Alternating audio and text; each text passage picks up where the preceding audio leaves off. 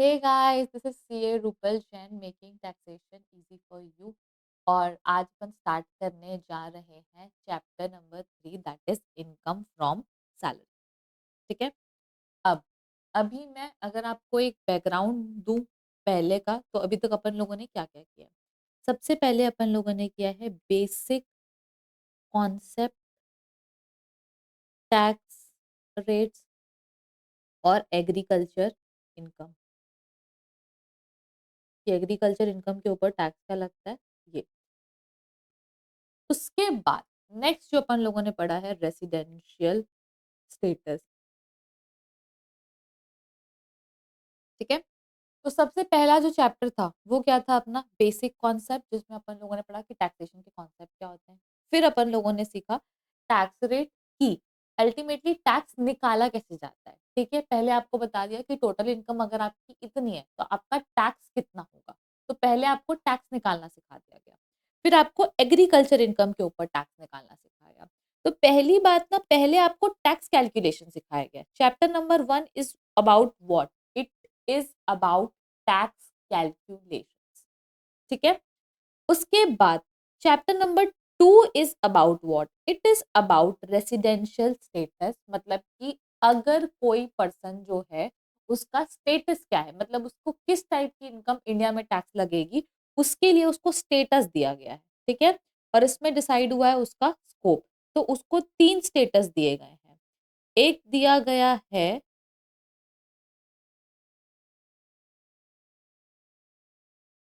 RNOR और तीसरा दिया गया है NR। ठीक है। तो यहाँ पर डिसाइड किया गया है क्या, स्कोप, कि कौन सी इनकम, जो इनकम अक्रू हो रही है वो टैक्सेबल होगी, रिसीव हो रही है वो बिजनेस प्रोफेशन या फिर इनकम कंट्रोल फ्रॉम इंडिया। तो उसके लिए वर्ड क्या यूज किया गया है बेटा, स्कोप। ठीक है। कि कौन सी इनकम जो है वो क्या है, टैक्सेबल है। तो अब अपने को पता लग गया क्या, कि रेसिडेंशियल स्टेटस मतलब, रेसिडेंशियल स्टेटस मतलब किसी बंदे को स्टेटस दे रहे हैं और उसके बाद अपन ये डिटरमाइन कर रहे हैं कि कौन से टाइप की जो इनकम है वो यहाँ पर टैक्सेबल होगी। ठीक है। उसके बाद नेक्स्ट अपन बात करेंगे, तो नेक्स्ट अपन बात करेंगे, तो अपन बात करेंगे टोटल इनकम कैलकुलेशन के बारे में, कि टोटल इनकम जो है वो कैसे कैलकुलेट होती है। क्योंकि टोटल इनकम के ऊपर क्या लगता है, टैक्स लगता है। तो हम लोग क्या पढ़ रहे हैं, रिवर्स प्रोसेसिंग या रिवर्स इंजीनियरिंग पढ़ रहे हैं। पहले हम लोगों ने पढ़ लिया कि टैक्स कैलकुलेशन क्या होता है। उसके बाद हमने पढ़ा कि कोई बंदे की कौन सी इनकम जो है वो कहाँ पर टैक्सेबल होती है, किसी बंदे को किस टाइप की इनकम टैक्सेबल होती है, वो हम लोगों ने पढ़ा रेसिडेंशियल स्टेटस के अंदर। फिर अब हम लोग पढ़ रहे हैं कि किसी भी बंदे की जो इनकम है वो निकाली कैसे जाती है। टोटल इनकम आप कैसे कैलकुलेट करोगे कि साल भर में वो बंदा कितनी इनकम कमा रहा है। और फिर उसी के ऊपर जो है आपने क्या सीख लिया, ऑलरेडी टैक्स कैलकुलेशन जो है वो सीख लिया। ठीक है। अब अगर मैं बात करूं टोटल इनकम की, किसकी, टोटल इनकम की, तो टोटल इनकम जो है ना वो 5 हेड को मिला के बनता है। मतलब उसको 5 हेड में डिवाइड कर दिया गया।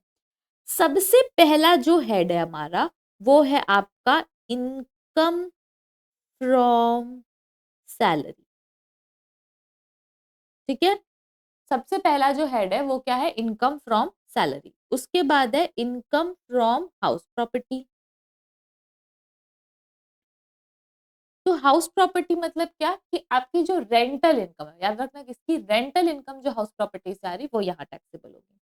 तीसरा हेड बेटा, profit and gains of business and profession, short में इसको बोलते हैं PGBP। ठीक है। तो अगर आपको बिजनेस प्रोफेशन की इनकम है तो ये वाले हेड में आएगी। चौथा आपका है बेटा कैपिटल गेन। अगर आपने कैपिटल एसेट को बेच के, अगर आपने कैपिटल एसेट को बेच के कोई इनकम कमाई है तो किस में आएगी, कैपिटल गेन में आएगी। और लास्ट वाला है आपका इनकम फ्रॉम अदर सोर्सेज। तो इनकम फ्रॉम अदर सोर्सेज में आएगी आपकी अदर इनकम। ठीक है। तो आपकी जो टोटल इनकम है वो किस में डिवाइडेड है, 5 हेड में। बट जब आप ये पांचों हेड को टोटल करते हो तो आपको क्या मिलता है, ग्रॉस टोटल इनकम। अभी भी आया नहीं है ग्रॉस टोटल इनकम। तो मैम ग्रॉस से नेट करने के लिए क्या करना पड़ेगा, आपको माइनस करना पड़ेगा डिडक्शन अंडर चैप्टर 6A। ठीक है, तो आपकी जो ग्रॉस टोटल इनकम आई है उसमें से आप माइनस कर दोगे डिडक्शन अंडर चैप्टर 6 से, तो आपकी क्या आ जाएगी, तो आपकी आ जाएगी टोटल इनकम। इसको कहीं जगह पे नेट टैक्सेबल इनकम या नेट टोटल इनकम भी बोलते हैं, बट इसका जो मेन नाम आपको याद रखना है वो क्या है, टोटल इनकम। ठीक है, तो टोटल इनकम निकाली कैसे गई है, तो टोटल इनकम के लिए क्या किया गया है, उसको 5 हेड में डिवाइड कर दिया गया है। जब पांचों हेड का टोटल होता है तो उसको अपन बोलते हैं क्या, ग्रॉस टोटल इनकम। ग्रॉस को नेट करने के लिए यहाँ पर हम माइनस करेंगे deduction under chapter 6A। Ma'am ये क्या होता है, क्या होता है, इनकम टैक्स ने ना कुछ कुछ इन्वेस्टमेंट्स या एक्सपेंसेस प्लान किए हैं आपकी फैमिली को चलाने के लिए, और इन जनरल ऐसे खर्चे जो हर बंदा अपनी फैमिली को चलाने के लिए चलता है, कुछ फाइनेंशियल प्लानिंग के लिए, या कुछ खर्चे जो बहुत ही कॉमन है, जैसे कि for example life insurance premium, tuition fees हो गया, हाउसिंग लोन का रीपेमेंट हो गया, और पेंशन स्कीम में पैसा जमा हो गया। तो ऐसे बहुत सारी चीजें हैं जिनको गवर्नमेंट प्रमोट करना चाहती है। तो ऐसे खर्चे या इन्वेस्टमेंट जिनको गवर्नमेंट प्रमोट करना चाहती है, उनको वो क्या करती है, डिडक्शन में अलाउ कर देती है, ताकि लोग क्या करें, उसको एटलीस्ट वो एक्सपेंसेस को प्लान कर ले और अपनी टोटल इनकम को कम करने के लिए या टैक्स प्लानिंग करने के लिए ये सारी चीजें कर ले। ठीक है, तो टोटल इनकम जो है वो क्या है, पांचों का वो है। तो ये पांचों जो है क्या, इंडिविजुअल हेड्स हैं। तो अभी अपन किस में एंटर कर रहे हैं, फर्स्ट हेड में, जिसका नाम है इनकम फ्रॉम सैलरी। तो आपको सबकी इनकम कैलकुलेट करनी पड़ेगी, इसकी इनकम निकालोगे, इसकी निकालोगे, इसकी निकालोगे, इसकी निकालोगे, और सबका टोटल कर लोगे, तो आपका क्या आएगा, ग्रॉस टोटल इनकम। फिर ये भी एक चैप्टर है, डिडक्शन अंडर चैप्टर 6 है, आपको ये डिडक्शन पढ़नी पड़ेगी, फिर आपका क्या आ जाएगा, total income. I hope I am clear. Yes.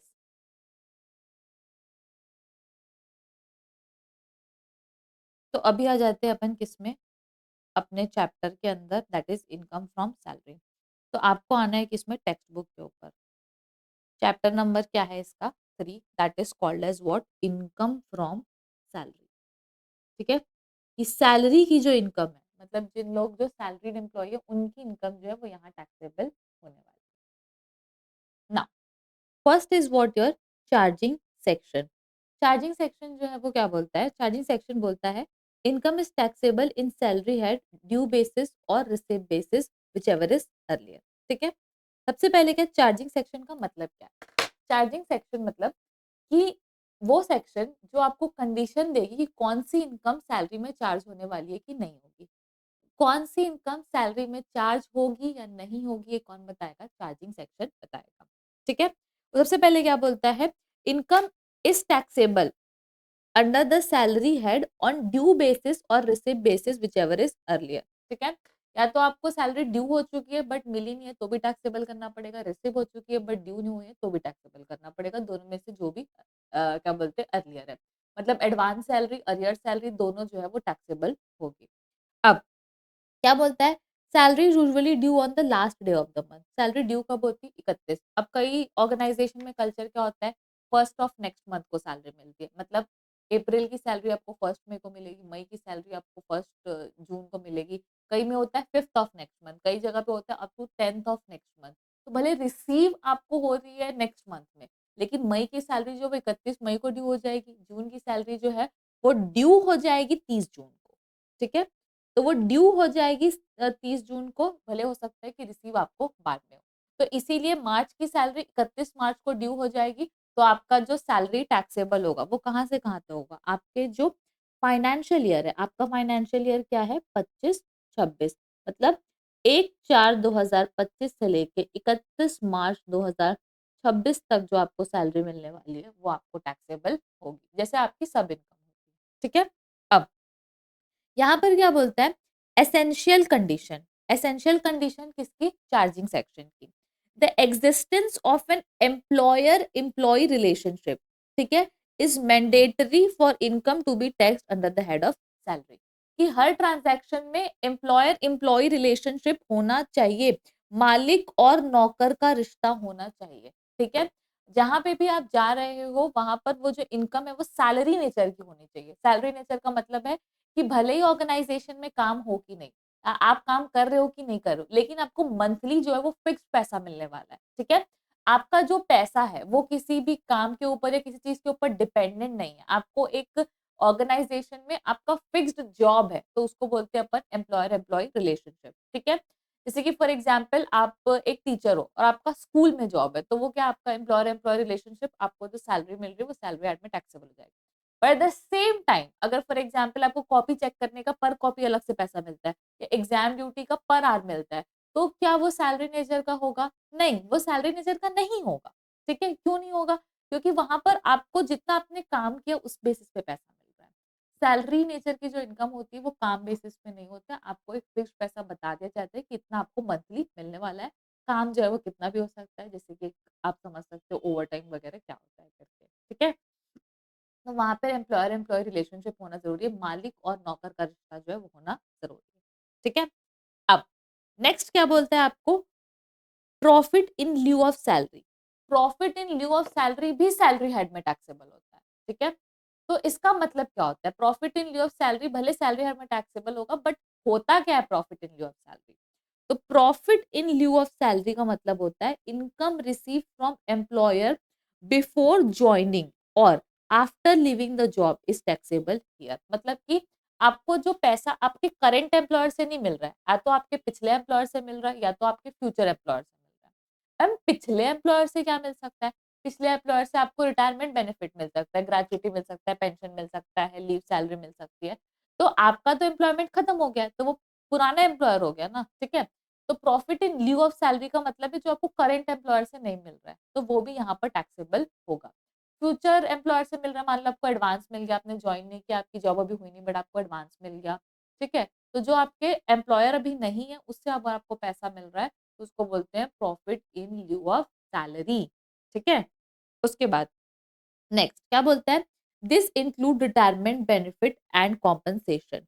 तो यहाँ पर जो है वो क्या इंक्लूड करता है? रिटायरमेंट बेनिफिट और कॉम्पनसेशन। अगर आपको कोई जॉब छोड़ने का कॉम्पनसेशन मिल रहा है, कई लोगों को मिलता है नॉन कम्पीटिंग फीस, कि कई लोग जो बहुत एक्सेप्शनली टैलेंटेड या माइंडेड होते हैं, तो अगर वो कॉम्पिटिटिव ऑर्गेनाइजेशन ना ज्वाइन कर ले, तो उस वजह से उनको एक अलाउंस मिलता है कि आपको इतने साल तक यहाँ ज्वाइन नहीं करना है, कहीं और ज्वाइन नहीं करना है, या तो मिलता है कि यही बिज़नेस सेम बिज़नेस में एंटर नहीं करना है, ऐसा कुछ-कुछ मिलता है, ठीक है? तो that is your profit in lieu of salary. अभी तक अपन लोगों ने क्या पढ़ा है? Income from salary. Income from salary में हमने पढ़ी है उसकी चार्जिंग सेक्शन। चार्जिंग सेक्शन जो है वो क्या बोलती है? चार्जिंग सेक्शन बोलती है भाई कि सैलरी जो है वो ड्यू और receive basis whichever is earlier में टैक्सेबल होती है। और एक एसेंशियल कंडीशन है कोई भी इनकम सैलरी में चार्ज होने के लिए, that is called as employer employee relationship. Her transaction में मेरे को देखना है कि एम्प्लॉयर एम्प्लॉयी रिलेशनशिप है कि नहीं। अगर एम्प्लॉयर एम्प्लॉयी रिलेशनशिप है, तो इनकम सैलरी एड में टैक्सेबल है। अगर एम्प्लॉयर एम्प्लॉयी रिलेशनशिप नहीं है, तो इनकम सैलरी हेड में टैक्सेबल नहीं, ठीक है? फिर नेक्स्ट आता है profit in lieu of salary. वो इनकम जो मेरे को करंट एम्प्लॉयर से नहीं मिल रही है, उसको बोलते हैं profit in lieu of salary. अब अब अपन बात करेंगे कुछ ट्रांजैक्शंस के बारे में जो सैलरी हेड में टैक्सेबल है कि नहीं है, जो इन जनरल बात की जाती है जिन सेक्शंस के बारे में, ठीक है? जिन ट्रांजैक्शंस के बारे में। तो क्या बोल रहा है? Item which are not taxable under salary head. कौन सी चीजें सैलरी हेड में टैक्सेबल नहीं होती है? इनकम सोर्स बात कर रहा है, salary receive by partner from partnership firm. अगर पार्टनर को पार्टनरशिप फर्म से सैलरी मिल रही है, तो क्या वो सैलरी हेड में टैक्सेबल होगा? तो नहीं, वो टैक्सेबल होगा कहाँ पर? पीजीबीपी में। क्यों? क्योंकि बेटा वहां पर एम्प्लॉयर एम्प्लॉय रिलेशनशिप नहीं है। पार्टनर का मालिक कौन है? पार्टनर तो खुद ही मालिक है ना, और वो पार्टनरशिप फर्म से सैलरी ड्रॉ कर रहा है, तो वहां पर उसका कोई मालिक नहीं है। इस वजह से ये जो है वो टैक्सेबल होगा पीजीबीपी में। Lack of employer employ relationship, partner is their own boss. Partner अपना खुद का बॉस है। अब रैशनल मतलब कि रीजन, क्या रीजन है उसका? फिर सैलरी ऑफ एमपी एमएलए और एमएलसी, ठीक है? तो ये भी बड़े बड़े नेता हैं, तो इनका टैक्सेबल होता है इनकम फ्रॉम अदर सोर्सेज के अंदर। क्यों इनकम फ्रॉम अदर सोर्सेज में? क्योंकि सेम, क्योंकि यहाँ पर आपको क्या बोलते हैं, एम्प्लॉयर एम्प्लॉय रिलेशनशिप नहीं है, ठीक है? भले वो आपको बोलेंगे कि हम जनता के नौकर है, बट आप कोई एमपी एमएलए को कुछ बोल सकते हो क्या? नहीं बोल सकते, ठीक है? ये लोग ऑलरेडी बहुत बड़े-बड़े लोग हैं with lots of power and all, तो इनके ऊपर कोई नहीं है, ठीक है? तो इसीलिए इनको बोला गया है कि ये भी एम्प्लॉयर एम्प्लॉय रिलेशनशिप नहीं है, आपकी इनकम जो है वो सैलरी हेड में नहीं आईएफओएस में टैक्सेबल होगी, ठीक है। उसके बाद एक्सेप्शनली टैक्सेबल अंडर सैलरी, किसकी इनकम जो है वो सैलरी हेड में टैक्सेबल होगी, तो salary of high court and supreme court जजेस, ठीक है। तो हाई कोर्ट और सुप्रीम कोर्ट के जो जज होते हैं उनके जो एम्प्लॉयर होते हैं वो सेंट्रल गवर्नमेंट होती है।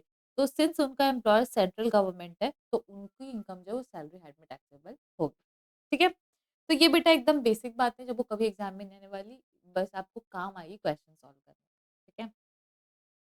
अब नेक्स्ट पार्ट क्या है, तो computation format and standard deduction, ठीक है। तो यहाँ पर आपको कंप्यूटेशन बताया जाएगा, bracket format and statutory deduction under section 16 की, सेक्शन 16 की क्या डिडक्शन है।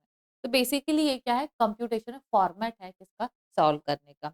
सबसे अच्छी बात क्या है, सबसे अच्छी बात ये बेटा किसी जो फॉर्मेट है वो फिक्स नहीं है, आपको याद नहीं करना है। जितने कंपोनेंट आपको क्वेश्चन में दिए गए हैं बस आपको वही कंपोनेंट कंसिडर करना है। ऐसा कुछ नहीं है कि कोई कंपोनेंट छूट गया, ऐसा कोई भी चीज नहीं है। यहाँ पर टोटल नंबर ऑफ कंपोनेंट्स दिए हैं कि यूजुअली क्वेश्चंस में क्या क्या आते हैं, ठीक है। उससे पहले यहाँ पर कंपोनेंट में दिया है basic salary, dearness allowance, commission, bonus. ये सारी चीजें जो अपन नीचे पढ़ेंगे कि इसका मतलब क्या होता है, कैसे टैक्सेबल होते हैं, ये सारी चीजें अपन पढ़ने वाले हैं, ठीक है। नेक्स्ट टॉपिक है बेसिक सैलरी कंपोनेंट, ठीक है। बेसिक सैलरी कंपोनेंट, यहाँ पे सैलरी के जितने भी कंपोनेंट्स है उसको क्या किया गया, एक्सप्लेन किया गया है। क्या बोलता है ये कि जो आपकी बेसिक सैलरी है वो क्या है बेटा, फुल्ली टैक्सेबल। बेसिक सैलरी क्या होती है, फुल्ली टैक्सेबल। जो आपको बेस, जो आपको काम करने के लिए सैलरी मिल रही है वो क्या है, फुल्ली टैक्सेबल, ठीक है। नेक्स्ट ग्रेडेड पे स्केल, तो ये जो है ना ये इसी का कॉन्सेप्ट है, ये अलग से नहीं है। ग्रेडेड पे स्केल जो है वो उसी का कॉन्सेप्ट है। क्या बोलता है ग्रेडेड पे स्केल कि ना कुछ ऑर्गेनाइजेशन में एक सिस्टम होता है जहां पर जिस दिन एम्प्लॉय ज्वाइन करता है, जिस दिन एम्प्लॉय ज्वाइन करता है उसी दिन बता दिया जाता है कि उसका इंक्रीमेंट जो है वो टाइम के साथ कितना बढ़ने वाला है। तो जो इंक्रीमेंट है ना वो टाइम बेस्ड है, परफॉर्मेंस बेस्ड नहीं है। जो इंक्रीमेंट है ना वो टाइम बेस्ड है, परफॉर्मेंस बेस्ड नहीं है, ठीक है। टाइम बेस्ड है, परफॉर्मेंस बेस्ड नहीं है। तो मैम क्या टाइमिंग है, टाइमिंग है बेटा हर 12 महीने में आपका इंक्रीमेंट होगा। 12 महीने कब से होंगे मैम, 12 महीने आपका होने वाला है जिस दिन आप जॉब ज्वाइन करोगे। फॉर एग्जाम्पल आपने 15 अगस्त को ज्वाइन की तो आपका नेक्स्ट 15 अगस्त को ही इंक्रीमेंट होगा, ठीक है। तो कोई चीज ध्यान रखनी है कि आपको हमेशा मतलब आपका फर्स्ट जिस दिन आप ज्वाइन करोगे उसी दिन में आपका क्या होने वाला है, इंक्रीमेंट होने वाला है, ठीक है। तो ग्रेडेड पे स्केल की डेफिनेशन बोलती है it is a system where increment scale is pre known to employ. मैं आज ज्वाइन करूंगी, मेरे को पता अगले 10 साल में मेरी सैलरी क्या होने वाली है। And increment is made in every 12 months, increment हर 12 मंथ में होता है from the date of joining of employ. कब से कहाँ से, 12 महीने, from the date of joining of employ, ठीक है। अब इसको लिखा कैसे जाता है, इसको लिखा ऐसे जाता है। तो इसका मतलब क्या है, इसका मतलब ये है कि फॉर एग्जाम्पल उसकी जो ज्वाइनिंग जॉब रहेगी वो कितने की रहेगी, 5,000, मतलब उसकी ज्वाइनिंग सैलरी जो है वो 5,000। फिर फॉर एग्जाम्पल मान लो उसने 1 दिसंबर को ज्वाइन किया है, ठीक है। 1 दिसंबर 2025 को ज्वाइन किया है तो उसकी सैलरी जो है वो अगले साल 1 दिसंबर 2026 को बढ़ेगी। कितने से बढ़ेगी, 1,000। तो हर साल 1,000 से बढ़ेगी जब तक उसकी सैलरी जो है वो 8,000 नहीं हो जाती। फिर उसकी सैलरी हर साल 2-2 हजार से बढ़ेगी जब तक उसकी सैलरी जो है वो 12,000 नहीं हो जाती। तो हर 12 महीने में जो इंक्रीमेंट होता है उसको बोलते हैं ग्रेडेड पे स्केल, ठीक है। तो दिस इज द ग्रेडेड पे स्केल। जो आपको सैलरी कभी कैलकुलेट करनी हो तो वहां पे एक ये भी जो तरीका है वो दिया जाता, ठीक है। उसके बाद नेक्स्ट एक वर्ड है जिसका नाम क्या है, डियरनेस अलाउंस। डियरनेस अलाउंस का मतलब क्या है, allowances to meet the inflation, ठीक है। डियरनेस अलाउंस का मतलब क्या है, inflation allowance, basically allowance given to meet the inflation, मतलब महंगाई भत्ता, ठीक है। महंगाई को मीट करने के लिए जो अलाउंस दिया जाता है। अब डियरनेस अलाउंस जो है वो दो टाइप का होता है, एक होता है डीए इन टर्म्स, एक होता है डीए नॉट इन टर्म्स, और दोनों फुल्ली टैक्सेबल होता है सैलरी कैलकुलेट करने में। डीए इन टर्म्स भी टैक्सेबल है, ठीक है। ये मैं देख रही हूँ, ये डीए इन टर्म्स, ये डीए नॉट इन टर्म्स। तो डीए इन टर्म्स और डीए नॉट इन टर्म्स दोनों फुल्ली टैक्सेबल है। तो यहाँ पर मैंने हाईलाइट किया है फुल्ली टैक्सेबल, ठीक है। इन टर्म्स भी फुल्ली टैक्सेबल है और नॉट इन टर्म्स भी फुल्ली टैक्सेबल है। तो इन टर्म्स का मतलब क्या होता है? इन टर्म्स का मतलब होता है DA which form part of retirement benefit. ठीक है, रिटायरमेंट बेनिफिट की सब सैलरी कैलकुलेट करते हैं, तो जिस डीए को अपन इंक्लूड करते हैं, जिस पोर्शन ऑफ डीए को इंक्लूड करते हैं, वो डीए इन टर्म्स है।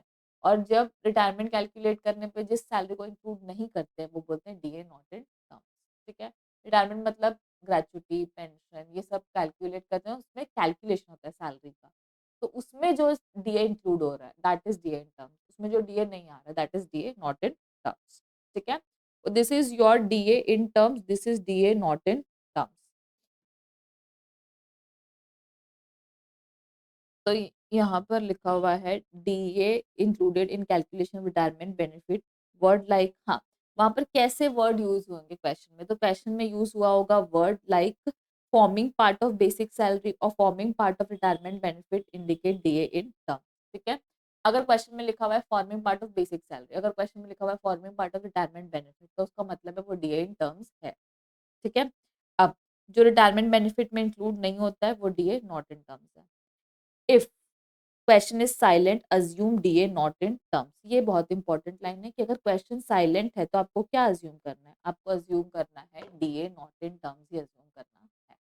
ठीक है, उसके बाद नेक्स्ट बात करते हैं किसकी बेटा? कमीशन की। कमीशन जो है वो क्या है? फुल्ली टैक्सेबल है, चाहे आपका फिक्स कमीशन हो चाहे सेल्स कमीशन हो, फुल्ली टैक्सेबल है। बोनस, बोनस जो है वो रिसीव बेसिस में टैक्सेबल है, जिस साल आपको मिलेगा उसी साल में टैक्सेबल हो जाएगा। ठीक है, तो अभी तक अपन लोगों ने 4 कंपोनेंट जो है वो कवर कर लिए हैं। फर्स्ट कंपोनेंट है, ये सेकंड है, ये थर्ड कंपोनेंट है और ये फोर्थ कंपोनेंट है। ठीक है, तो यहाँ पर आपका बेसिक सैलरी, फिर डियरनेस अलाउंस, फिर बोनस और फिर कमीशन। उसके बाद नेक्स्ट अपन बात करेंगे क्या? अलाउंसेस की। तो दो वर्ड होते हैं, एक होता है बेटा अलाउंसेस और एक होता है क्या? परक्यूजिट्स। इन दोनों में डिफरेंस क्या? तो अलाउंसेस का मतलब होता है मॉनेटरी बेनिफिट। ठीक है, अलाउंसेस का मतलब क्या होता है? Monetary benefit. और परक्यूजिट का मतलब होता है नॉन मॉनेटरी बेनिफिट। आप लोग यहाँ पर लिख लीजिए, अलाउंसेस का मतलब होता है मॉनेटरी बेनिफिट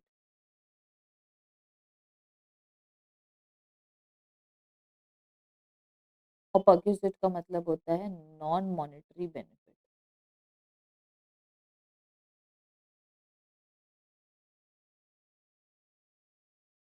ठीक है, अब monetary benefit and non monetary. For example जैसे आपको मिला टेलीफोन, आपको आपके घर पे जो है वो टेलीफोन जो है, टेलीफोन का बिल जो है, वो टेलीफोन का जो बिल है वो जो है वो एम्प्लॉयर दे रहा है और आपको फिक्स पैसा दे रहा है कि महीने का 1000 रुपये आपका टेलीफोन अलाउंस है। ठीक है, अब आपका बिल फॉर एग्जाम्पल मान लो 1000 से कम आता है, तो आपका जो बचा हुआ पैसा है वो आपकी जेब में। फॉर एग्जाम्पल आपको 1000 रुपये मिला, आपका बिल जो है वो 800 रुपये आता है, 200 रुपये आपका बच गया, 200 रुपये आपकी जेब में है। अब फॉर एग्जाम्पल मान लो किसी महीने आपका बिल 1500 रुपये आ गया, तो 500 रुपये आपको जेब से देना पड़ेगा। तो अलाउंसेस में क्या होता है? एम्प्लॉयर आपको फिक्स बेनिफिट जो है वो देना चाहता है। ठीक है, उसके बाद आप उससे ज़्यादा खर्चा करो या कम खर्चा करो, उसका एम्प्लॉयर को कोई लेना-देना नहीं है। ठीक है? परक्विज़िट्स का मतलब होता है कि जितना आप खर्चा करोगे उतना एम्प्लॉयर देगा। ठीक है? जैसे कि फॉर एग्ज़ाम्पल ₹1000 क्या बोलते हैं, आपका बिल आया ₹800 का, ₹800 एम्प्लॉयर भरेगा। आपका बिल आया ₹1500 का, 1500 एम्प्लॉयर भरेगा। तो वहाँ पर कोई लिमिट नहीं होती, जितना यूज़ करोगे उतना एम्प्लॉयर पे करेगा, दैट इज़ परक्विज़िट अलाउंस। मतलब आपको फिक्स्ड बेनिफिट मिलता है, कितना पैसा जो है वो आपको मिलने वाला है, that is called as allowance. ठीक है, तो यहाँ पर लिखा हुआ है क्या? Classification and treatment of allowances, कि हम क्लासिफाई कर रहे हैं कि अलाउंसेस जो है वो कितने टाइप के होते हैं। तो यहाँ पर सबसे पहला जो है वो क्या है? Partly taxable allowance. तो अलाउंस जो है ना बेटा वो 3 टाइप के होते हैं। ठीक है, अलाउंस जो है वो 3 टाइप के होते हैं। तो पहला है आपका partly taxable allowance which is the most important allowance, यही सबसे ज्यादा इम्पोर्टेंट है। फिर सेकंड जो आपका है वो है आपका फुल्ली एग्जेम्प्ट अलाउंस और तीसरा है आपका fully taxable allowance, not required to learn. क्योंकि फर्स्ट और सेकंड अगर याद हो गया तो थर्ड तो ऐसे ही हो जाएगा। ठीक है, तो सबसे पहला आपका पार्टली क्या बोलते हैं? टैक्सेबल, फिर आपका फुल्ली एग्जेम्प्ट और फिर आपका है फुल्ली टैक्सेबल। अब अलाउंसेस के अंदर सबसे पहली कैटेगरी जो है वो बात करती है किसकी? HRA, house rent allowance. Exemption मिलती है अंडर सेक्शन 10, 13 ए। कितनी एग्जाम्पशन मिलती है? तो आपको एग्जाम्पशन मिलती है एग्जाम्पशन रूल के हिसाब से लोअर ऑफ, ठीक है, 40 और 50% ऑफ सैलरी फर्स्ट, सेकंड है एक्चुअल अमाउंट रिसीव और थर्ड है आपका रेंट पेड -10% ऑफ सैलरी, ठीक है, रेंट पेड -10% ऑफ सैलरी। तो ये जो है वो आपको एग्जाम्पशन मिल जाएगी। तो मैम यहाँ पर जो सैलरी लिखी हुई है, इस सैलरी का मतलब क्या है? यहाँ पर जो सैलरी लिखी है इसका मतलब क्या है? तो सैलरी फॉर एचआरए, तो उस सैलरी का मतलब है first basic salary plus DA in terms plus turnover commission, ठीक है, मतलब सेल्स कमीशन लेना है, नॉर्मल कमीशन जो है वो नहीं लेना है। नॉर्मल कमीशन को, फिक्स्ड कमीशन को आपको एक्सक्लूड करना है, ठीक है। तो ये आपका होगा सैलरी फॉर एचआरए। फिर जो ये 40% या 50%, तो 40% कब लेंगे, 50% कब लेंगे? 50% only for Delhi, Mumbai, Chennai and Kolkata, ठीक है। 50% is for Delhi, Mumbai, Chennai and Kolkata. 4 cities के लिए 50% है, बाकी सब सिटीज के लिए कितना है? 40%, ठीक है। तो आप सभी मेरे साथ में बोलोगे, this is what HRA house rent allowance exemption कितना है? फर्स्ट 40% और 50% of salary, second actual amount receive और थर्ड है आपका rent paid -10% of salary which ever is lower, ठीक है। अब सैलरी का मतलब क्या होता है? सैलरी का मतलब होता है basic salary plus DA in terms plus turnover commission, ठीक है। उसके बाद आपको 50% कौन सी सिटीज में लेंगे? दिल्ली, मुंबई, चेन्नई एंड कोलकाता, ठीक है। तो ये आपका क्या है? एग्जेम्पशन है एचआरए की। अपन ये पूरा जो अलाउंसेस वाला टॉपिक है वो पूरा पढ़ लेंगे, उसके बाद जो हम क्या करेंगे, अलाउंसेस के जो क्वेश्चंस है उसको सॉल्व करेंगे, ठीक है। उसके बाद नेक्स्ट हमारा अलाउंस है जिसका नाम क्या है? चिल्ड्रन एजुकेशन अलाउंस, ठीक है। क्या नाम है हमारे अलाउंस का? Exemption is maximum 100 per month per child, ठीक है, 100 रुपए per month per child, but maximum up to 2 child, 2 ही चाइल्ड का आपको एग्जाम्पशन मिलेगा। Education must be full time in India, must be in India for exemption, education full time India में होना चाहिए। कितना ज्यादा एग्जाम्पशन मिल रहा है ना, 100 रुपए पर मंथ। तो चिल्ड्रन एजुकेशन अलाउंस में आपको एग्जाम्पशन है, अलाउंस कितना भी मिल सकता है? फर्स्ट ऑफ ऑल अलाउंस कितना भी मिल सकता है, एग्जाम्पशन आपको मिलेगा maximum ₹100 per month per child, maximum up to 2 child, ठीक है। उसके बाद नेक्स्ट है आपका चिल्ड्रन हॉस्टल अलाउंस, ठीक है। तो चिल्ड्रन हॉस्टल अलाउंस जो है वो है आपका maximum ₹300 per month per child, maximum up to 2 child, ठीक है।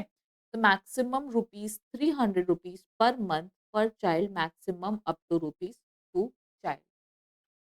उसके बाद नेक्स्ट है आपका ट्राइबल एरिया अलाउंस, ठीक है। तो ट्राइबल एरिया अलाउंस का एग्जाम्पशन कितना है? आपको मिलेगा maximum ₹200 per month.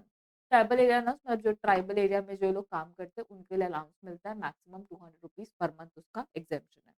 Underground allowance maximum ₹800 per month, मतलब जो लोग माइंस वगैरह में काम करते हैं तो उनके लिए अंडरग्राउंड अलाउंस, ठीक है, मैक्सिमम ₹800 पर मंथ। उसके बाद नेक्स्ट है ट्रांसपोर्ट अंडरटेकिंग एम्प्लॉइज, ठीक है। जो ट्रांसपोर्ट अंडरटेकिंग के एम्प्लॉइज है उनको जो अलाउंस मिलता है उसमें आपको एग्जाम्पशन मिलेगा 70% ऑफ अमाउंट रिसीव्ड और 10,000 per month which ever is lower, ठीक है। तो 70% ऑफ द अमाउंट रिसीव्ड और ₹10,000 per month which ever is lower, that is your transport undertaking का एग्जाम्पशन, ठीक है। तो वापस से अपन बात करेंगे, चिल्ड्रन एजुकेशन अलाउंस है आपका एजुकेशन में maximum 100 per month per child, maximum up to 2 child. Children hostel allowance maximum ₹300 per month per child, maximum up to 2 child.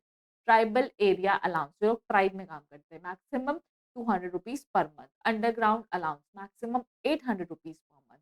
सारे अलाउंसेस के एग्जेम्पशन पर मंथ हैं, याद रखना पर मंथ या per year में कंफ्यूज मत होना, ठीक है, इसलिए हमने सबको पर मंथ रखा है। Transport undertaking employees 70% of amount receive और 10,000 विच एवर इज लोअर, ठीक है। उसके बाद नेक्स्ट है आपका क्या बेटा? कम्यूटेशन अलाउंस और ट्रांसपोर्ट अलाउंस। कम्यूटेशन अलाउंस और ट्रांसपोर्ट अलाउंस का मतलब है कि आपको ऑफिस से घर और घर से ऑफिस जाने के लिए जो अलाउंस मिल रहा है, तो यहाँ पर एक वो बना लो, होम और ऑफिस। हम्म, घर से ऑफिस और ऑफिस से घर जाने के लिए अगर आपको अलाउंस मिल रहा है, that is your commutation allowance और transport allowance. maximum 30 to 100 rupees per month only for blind, deaf, dumb और handicapped employees. ठीक है, एग्जामिशन जो है सिर्फ इन्हीं को मिलती है, maximum 30 to 100 rupees per month from travel from office to home and home to office. ठीक है, और यहाँ पर जो जगह बची हुई है वहां पर आप अपने एक्सप्लेनेशन जो है वो लिख सकते हैं, मतलब जो मैं आपको एक्सप्लेन कर रही हूँ आपको लगता है इसका मतलब मुझे लिखना चाहिए, तो ये जो जगह है वो आप लोग के लिए छोड़ी गई है, आपको अपना एक्सप्लेनेशन समझ के आप बिल्कुल लिख सकते हैं। ठीक है, उसके बाद कुछ जो हमारे क्या बोलते हैं अलाउंसेस हैं, उनमें ना एग्जेम्पशन होती है जितना पैसा खर्चा करोगे, मतलब कुछ हमारे फिक्स्ड है, 6 अलाउंसेस है जिनमें आप जितना पैसा आप खर्च करोगे वो एग्जेम्प्ट है, जो पैसा आपका बच गया वो टैक्सेबल है। ठीक है, तो उस अलाउंसेस को हमने नाम दे दिया है कट डीएचआर। ठीक है, क्या नाम दिया है? Cut DHR. तो सी का मतलब क्या है? सी का मतलब है कन्वेंस अलाउंस, यू का मतलब है यूनिफॉर्म अलाउंस, टी का मतलब है ट्रैवलिंग और टूर अलाउंस, डी मतलब डेली अलाउंस, एच मतलब हेल्पर अलाउंस और रिसर्च अलाउंस आर। ठीक है, तो this is your cut D H R. तो मैम इसका मतलब क्या होता है? इसका मतलब होता है बेटा कि सी मतलब होता है आपका कन्वेंस अलाउंस। ठीक है, कन्वेंस अलाउंस मतलब क्या बोलते हैं जो आपको आने जाने का खर्चा जो है वो आपको मिल रहा है, that is called as conveyance allowance.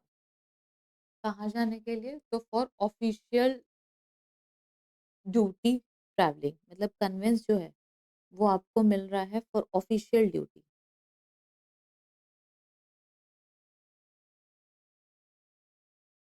कि आपको कन्वेंस अलाउंस मिल रहा है कहीं बाहर जाने के लिए, मतलब कोई ऑफिशियल ड्यूटी में मिल रहा है, तो दैट इज कन्वेंस अलाउंस। घर ऑफिस इज योर कम्यूटेशन और ट्रांसपोर्ट अलाउंस। यूनिफॉर्म अलाउंस मतलब यूनिफॉर्म जो आप पहनते हो उसके लिए अलाउंस। ट्रैवलिंग और टूर अलाउंस मतलब कि आपको फॉर योर टूर, अगर आपको टूर अलाउंस मिल रहा है, टूर मतलब आप कहीं टूर वूर पे जा रहे हो उसका allowance, that is daily allowance मतलब कि जो डेली के खर्चे मीट करने के लिए अलाउंस मिलता है वो। और हेल्प अलाउंस मतलब कि अगर आप अदर देन आपकी ड्यूटी आप किसी को हेल्प करते हो ऑफिशियल काम के लिए, that is your helper allowance. और लास्ट वाला है आपका रिसर्च अलाउंस। ठीक है, तो रिसर्च अलाउंस मतलब कि अगर आप किसी अकेडमी में या किसी मेडिकल इंस्टीट्यूट में जहाँ पर रिसर्च का काम चल रहा है, तो वहां पर जो अलाउंस मिलता है that is your research allowance. ठीक है, तो दिस इज व्हाट योर क्या बोलते हैं कट डीएचआर का पॉइंट। सी मतलब कन्वेंस, यू मतलब यूनिफॉर्म, टी मतलब ट्रैवलिंग, डी मतलब डेली, एच मतलब हेल्पर और आर मतलब रिसर्च अलाउंस। तो this are your partly taxable allowances. क्या मैम इतना ही है? बिल्कुल, आपके लिए इतने ही है।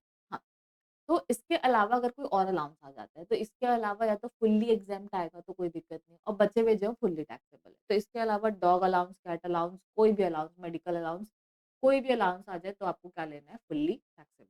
ठीक है? तो ये पार्टली टैक्सेबल अलाउंस है। उसके बाद नेक्स्ट है आपका fully exempt allowance. Fully exempt, इसमें कोई टैक्स नहीं लगेगा। पहला, allowances paid to supreme court और हाई कोर्ट जजेस। ठीक है, allowances paid to supreme court और हाई कोर्ट जज। ना, अगर कोई भी अलाउंस पे हो रहा है सुप्रीम कोर्ट या हाई कोर्ट के जजेस को बेटा, तो वो फुल्ली क्या है? एग्जेम्प्ट है। Allowances paid by UNO, united nation organisation, अगर यूएनए अलाउंस पे कर रहा है तो वो एग्जेम्प्ट है इंडिया में टैक्सेबल। कॉम्पेंसेटरी अलाउंस और समचरी अलाउंस टू सुप्रीम कोर्ट जजेस। ठीक है, तो कॉम्पेंसेटरी अलाउंस या सब्सिडी अलाउंस का मतलब होता है कि ना जजेस को बेसिकली क्या बोलते हैं कॉन्फ्रेंसेस कराने के लिए या फिर जो बाहर के फॉरेन जजेस हैं उनको रुकाने के लिए या जो ऑफिशियल ड्यूटीज में जो खर्चे करने पड़ते हैं उसके बदले जो अलाउंस पे किए जाते हैं उसको बोलते हैं कॉम्पेंसेटरी अलाउंस। ठीक है, तो बहुत सारी मीटिंग्स होती है, कॉन्फ्रेंसेस होते हैं, वो सब में जो खर्चा लगता है, हॉस्पिटैलिटी का खर्चा लगता है, एंटरटेनमेंट का खर्चा लगता है, तो वो सब खर्चे जो है वो कॉम्पेंसेट किए जाते हैं किसको? सुप्रीम कोर्ट के जजेस को। ठीक है, उसके बाद नेक्स्ट ये जो है हमारा लास्ट वाला जो है वो क्या है? ये है हमारा फुल्ली टैक्सेबल अलाउंसेस। ठीक है, तो अभी तक अपन लोगों ने क्या पढ़ा? सबसे पहले पढ़ा पार्टली टैक्सेबल अलाउंस जहां पर पार्ट टैक्स लगेगा। उसके बाद सेकंड फुल्ली एग्जेम्प्ट अलाउंस कि ये वाले जो अलाउंसेस हैं वो क्या है? फुल्ली एग्जेम्प्ट है। इसमें जो लास्ट वाला अलाउंस है वो क्या है? Allowances and perquisite to government employees working outside India. तो आपने क्या पढ़ा था? 913 पढ़ा होगा, अगर आप लोग को याद होगा तो आप लोगों ने 913 पढ़ा था रेसिडेंशियल स्टेटस में, जो कि बोलता था कि अगर सेंट्रल गवर्नमेंट जो है वो इंडियन सिटीजन को सैलरी देती है फॉर वर्किंग आउटसाइड इंडिया, तो उनको जो अलाउंसेस ऑफ परक्यूजिट है वो एग्जेम्प्ट है, सिर्फ सैलरी जो है वो डीम टू अक्रू और राइज इन इंडिया है। तो यहाँ पर मैंने परक्यूजिट्स भी ऐड कर दिए, एक्चुअल में यहाँ पर सिर्फ अलाउंसेस आता, बट आपको ये बताने के लिए कि इनको अलाउंसेस और परक्यूजिट दोनों एग्जेम्प्ट होते हैं, तो इसलिए मैंने यहाँ पर परक्यूजिट वर्ड जो है वो ऐड कर दिया है। ठीक है, तो ये आपका हो गया फुल्ली एग्जेम्प्ट अलाउंस। नेक्स्ट है आपका फुल्ली टैक्सेबल अलाउंस। तो इस अलाउंस को आपको याद करने की जरूरत बिल्कुल भी नहीं है, क्योंकि जो ऊपर के जितने भी अलाउंसेस हैं उनको छोड़ के जो बचे हुए अलाउंसेस हैं वो क्या है, फुल्ली टैक्सेबल अलाउंस। उसमें सबसे पहला आता है आपका entertainment allowance, dearness allowance, over time allowance, medical allowance, city compensatory allowance, lunch allowance, project allowance, servant allowance और एनी अदर अलाउंस जो कि पार्टली टैक्सेबल या फिर फुल्ली एग्जेम्प्ट की कैटेगरी में नहीं आते, वो सब भी इसमें आते हैं। ठीक है, आई होप यहाँ तक क्लियर हो गया। अब अपन क्या करेंगे, पहले अपन अलाउंसेस के बेसिस पे जो क्वेश्चंस है वो सॉल्व कर लेते हैं और उसके बाद फिर अपन परक्यूजिट की तरफ हेड करेंगे। ठीक है, तो now come to your text book question bank. हाँ, तो ये जो है वो हमारा क्या है, income from salary. Income from salary का इंडेक्स पेज जो है वो हमारा ये है। इसमें सबसे पहला जो है वो क्या है, अक्रूवल ऑफ सैलरी, की सैलरी कब अक्रू हो रही है। ठीक है, तो किस टाइम पे आपको अगर सैलरी मिल रही है तो उसको अक्रूवल ऑफ सैलरी कंसिडर करेंगे। और सेकंड है हमारा क्या, एचआरए। तो ये जो अक्रूवल के ऊपर है और ये जो है वो किसके ऊपर है, तो ये अलाउंसेस के ऊपर है, क्योंकि एचआरए क्या है, हाउस रेंट अलाउंस, कि आप कहीं पर जा रहे हो ड्यूटी में तो आपको घर रेंट पे लेने के लिए अलाउंस मिल रहा है। ठीक है, नाउ इनकम फ्रॉम सैलरी क्या होता है ये। सबसे पहले 3.1 क्या बोलता है, illustration 1, Rajesh Kumar and Indian citizen. Rajesh Kumar जो है वो क्या है, इंडियन सिटीजन है। Is posted in the high commission at London. वो कहाँ पोस्टेड है, हाई कमीशन एट लंदन में पोस्टेड है। During the previous year 25-26 his emoluments consist of basic pay of 1,40,000 per month, overseas allowance of 40,000 per month. Beside, he is entitled to a airfare going from and coming to India, also free use of government car at London. He has no taxable income except salary income. Salary के अलावा उसकी कोई India की income taxable नहीं है। Stated above, his employer did not deduct tax at source. ये जो है ना वो ध्यान रखने वाली बात है कि उसके एम्प्लॉयर ने जो है वो टैक्स डिडक्ट नहीं किया है। And Rajesh Kumar argues that, Rajesh Kumar क्या आर्ग्यू कर रहा है। अब यहाँ तक क्वेश्चन में फैक्ट क्या है कि राजेश कुमार एक इंडियन सिटीजन है। इंडियन सिटीजन है जो हाई कमीशन ऑफ लंदन में क्या है, पोस्टेड है, जिसकी basic salary 1,40,000 per month, overseas allowance है उसका 40,000 रुपए पर मंथ। और उसके अलावा उसको एयर जी यहाँ से इंडिया आने जाने का जो एयर फेयर है उसकी फैसिलिटी फ्री मिलती है। ठीक है, और उसको गवर्नमेंट की कार मिलती है लंदन में फ्री में यूज करने के लिए। और उसकी सैलरी के अलावा कोई टैक्सेबल इनकम नहीं है। वो क्या कहना चाहता है वो सुन लेते हैं अपन। वो ये कहना चाहता है, he is not liable to pay tax on salary earned and received outside India since he is a non-resident during the previous year 25-26। कि सिंस वो एक दिन भी इंडिया में नहीं आया है, ठीक है, तो वो क्या है, नॉन रेसिडेंट है, क्योंकि उस क्या बोलते हैं उसको सैलरी इंडिया में जो बाहर रही है वो क्या बोलते हैं, जो सैलरी इंडिया के बाहर मिली उस पर टैक्स देने की जरूरत नहीं है। अब second, even if the tax is due, it is the duty of the employer to deduct tax at source. As such, he has no responsibility to pay tax. क्या बोलता है कि अगर मान लो कि मेरी टैक्स पे करने की ड्यूटी है भी, तो भी मैं नहीं पे करूंगा, वो मेरे एम्प्लॉयर की ड्यूटी थी, तो सरकार को डिडक्ट कर लेना चाहिए। सरकार ने डिडक्ट नहीं किया तो वो सरकार का प्रॉब्लम है। तो पहले तो बोलता है कि एक तो मेरे को डिडक्ट करने की लायबिलिटी नहीं है, दूसरा बोलता है अगर होती भी तो सरकार को करना था। ठीक है, now discuss whether his contention is correct. पहले तो बताओ क्या उसका कंटेक्शन करेक्ट है। Will it make any difference if Rajesh Kumar is a foreign citizen and give reason. अगर वो फॉरेन सिटीजन होता तो क्या कोई फर्क पड़ता कि नहीं पड़ता। ठीक है, तो अब आ जाते हैं अपन अपने आंसर बैंक में, मतलब आंसर कॉपी में। आप यहाँ पे सबसे पहले लिखोगे क्या, अप्रूवल ऑफ सैलरी 3.1।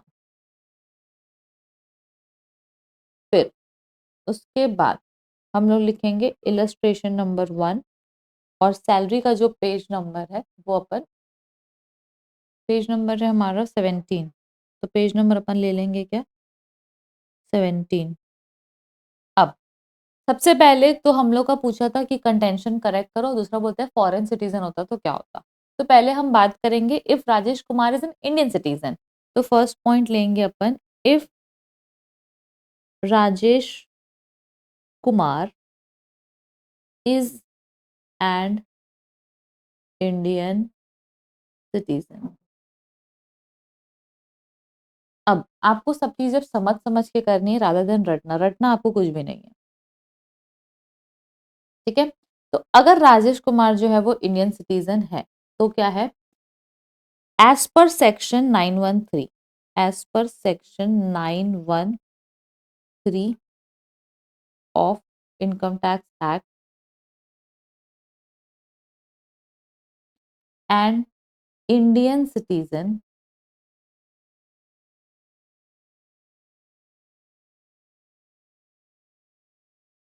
इसको ऐसे कर लेते salary paid by, salary paid by central government to Indian citizen working outside India is deemed to accrue or arise in India। ठीक है, ये तो मैं प्रोविजन लिख ली। So salary received is equals to 1,40,000 per month की salary मिली थी into 12 is equals to how much. तो यहाँ पर आपका आंसर हो जाएगा 1,40,000 into 12 is equals to 16,80,000। 16,80,000 is fully taxable क्योंकि वो डीम टू अक्रू और अराइज इन इंडिया है। और ये जो 913 का प्रोविजन है वो किसको एप्लीकेबल होता है, वो इंडियन सिटीजन को एप्लीकेबल होता है, फॉरेन सिटीजन को एप्लीकेबल नहीं होता है, ठीक है। और सेकेंड अपन नेक्स्ट नोट में अपन क्या लिखेंगे, but allowances and perquisites given, perquisites given are fully exempt. ठीक है, तो यहाँ पे अपन लोगों ने फर्स्ट पॉइंट में लिखा कि भैया सैलरी भले आपकी क्या होगी, कि सैलरी भले आपकी deem to accrue arise in India होगी, बट अलाउंसेस और परक्यूजिट जो है वो क्या होने वाले हैं, फुल्ली एग्जाम करने वाले। यहाँ तक समझ आ गया। अब अपना काम क्या है, अब अपना काम है कि अपन सैलरी बता दे कितनी है उसकी। तो computation of taxable salary, computation of taxable salary assuming he is opting for default tax regime। अब एक चीज समझना कि ना मेरे को क्वेश्चन में कुछ नहीं दिया है कि डिफॉल्ट टैक्स रिजीम है कि ऑप्शनल टैक्स रिजीम है, तो टेक्निकली टोटल इनकम के क्वेश्चन में अगर आपको कुछ नहीं दिया है तो आप हमें ऑब्वियसली बात है आप दोनों सॉल्व करोगे, दोनों से आंसर बताओगे कि ऑप्शनल में कितना आएगा, डिफॉल्ट में कितना आएगा, कौन सा बेटर है। बट जब क्वेश्चन में कोई पॉइंट ही नहीं, यहाँ पर पता है सीधा सीधा देख के पता लग जाएगा कि वहाँ 50,000 की स्टैंडर्ड डिडक्शन है, 75,000 की स्टैंडर्ड डिडक्शन है, उसके अलावा कोई डिफरेंस नहीं है।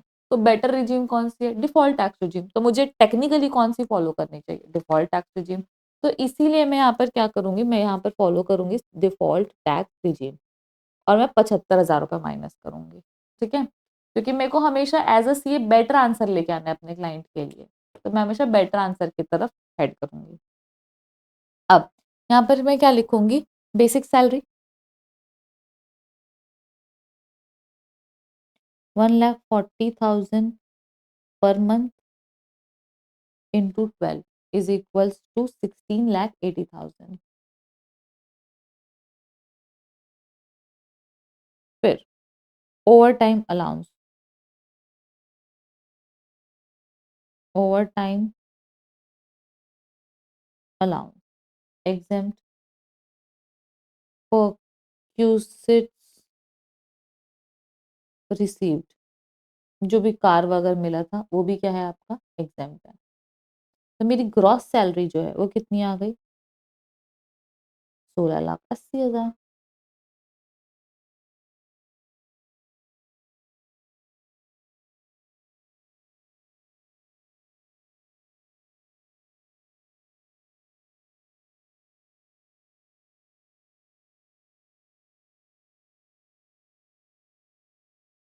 माइनस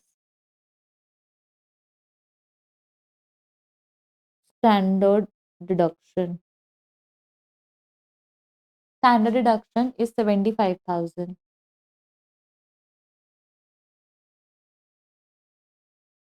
ये माइनस कर देंगे तो अपना आ जाएगा टैक्सेबल सैलरी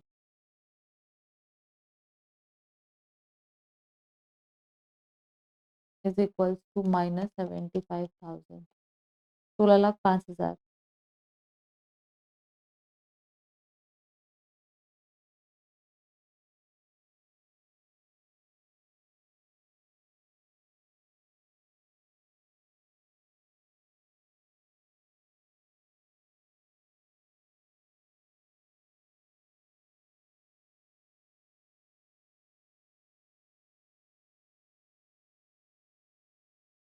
ठीक है, यहाँ तक हो गया।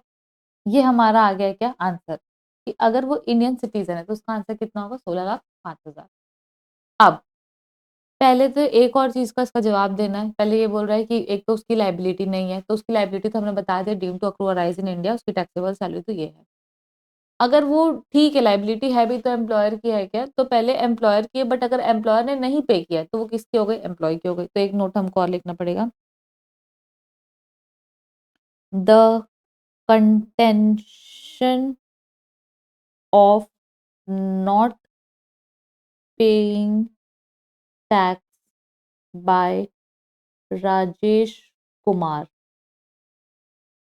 इज इनकरेक्ट, ECT, ठीक है। The contention of not paying tax bye Rajesh Kumar is incorrect. Why it is incorrect? Because it is the liable it if tax is not, if tax is not deducted by employer, if tax is not deducted by employer, it is the responsibility of employee, it is the responsibility of employee to pay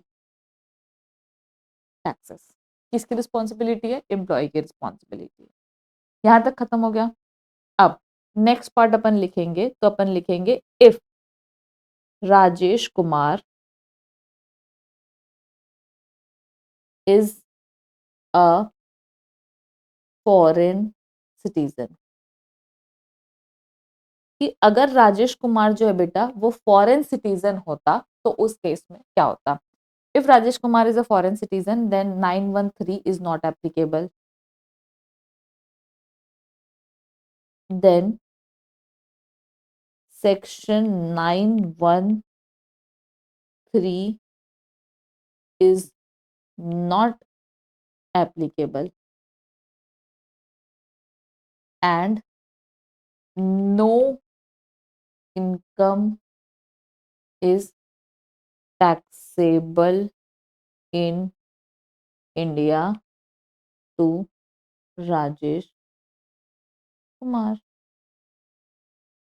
ठीक है, तो अगर वो foreign citizen होता तो उसको कोई tax पे नहीं करना पड़ता, लेकिन अगर वो इंडियन सिटीजन है तो उसको टैक्स पे करना पड़ेगा। तो this is what your answer is, Rajesh Kumar का ये आंसर है।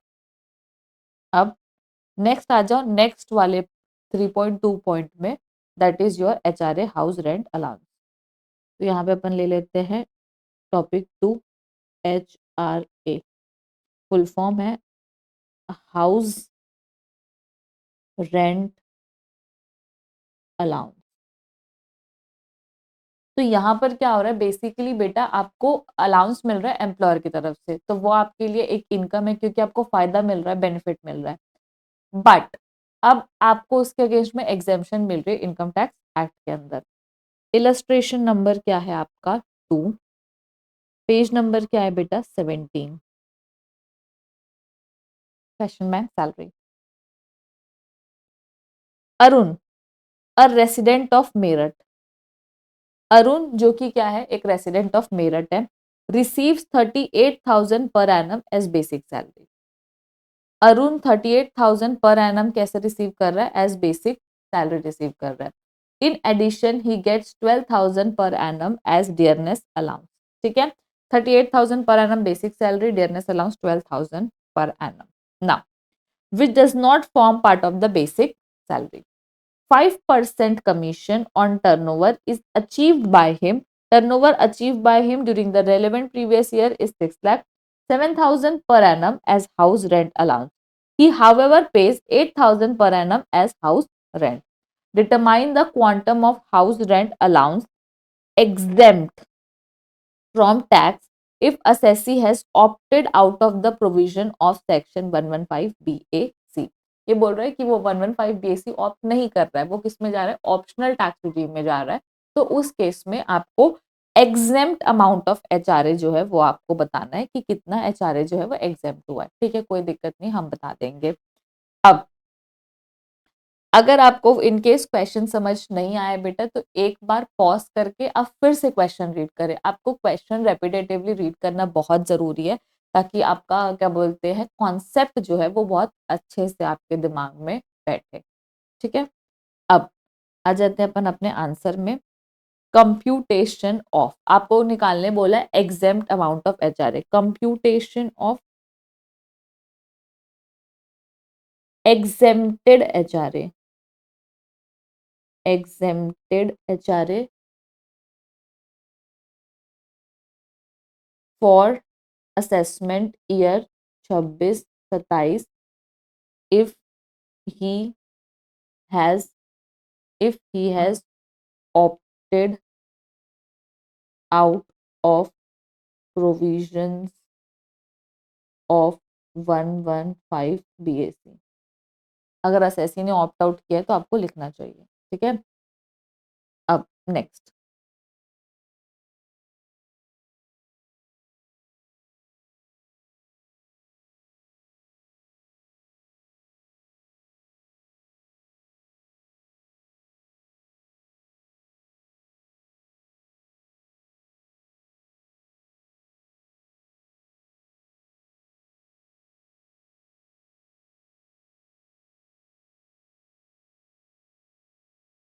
पर्टिकुलर्स, नोट और अमाउंट।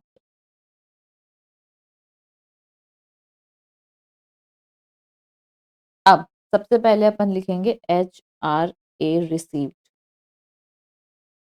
एचआरए रिसीव कितना हुआ है, तो क्वेश्चन में अगर आप देखोगे तो आपको एचआरए रिसीव हुआ है 7,000 per annum as HRA per annum, तो 7,000 रुपए आपको एचआरए मिला है माइनस एग्जेम्पशन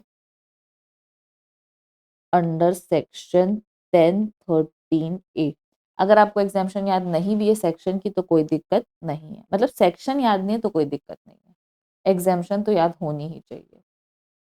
अब सबसे फर्स्ट जो आपकी एग्जाम्पशन है वो क्या है, तो सबसे फर्स्ट जो आपकी एग्जाम्पशन है वो है 40/50% ऑफ सैलरी। तो अपन सिटी देख लेते हैं कौन सी सिटी पे है, तो ये है आपका मेरठ। मेरठ में अपन अज्यूम कर रहे हैं कि उसका जो होगा वो 40% ही होगी। दिल्ली, मुंबई, चेन्नई, कोलकाता, 4 सिटीज में 50% है, बाकी सब में 40% है। तो अपन लेंगे 40% ऑफ सैलरी।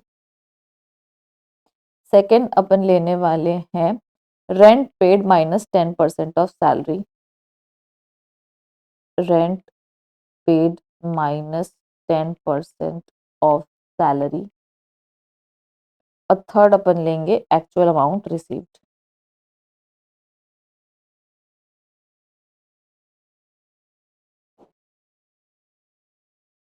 ठीक है, अब सिंस अपने को सैलरी का भी डेफिनेशन नीचे निकालना है, तो मैं यहाँ पर अभी ये लिख दिया एग्जाम्पशन, और यहाँ पर मैं लिख रही हूँ विच एवर इज लोअर, तीनों में से जो भी लोअर होगा, विच एवर इज लोअर, तो जो भी लोअर होगा वो अपन यहाँ पर देख लेंगे, ठीक है। अब लोअर होगा वो माइनस करेंगे तो अपना आ जाएगा क्या, टैक्सेबल HRA। तो ये अपन ऐसे कर लेते हैं, इसको यहाँ पे और इसको यहाँ पे, और नीचे अपन लिख देते हैं सैलरी, सैलरी फॉर HRA।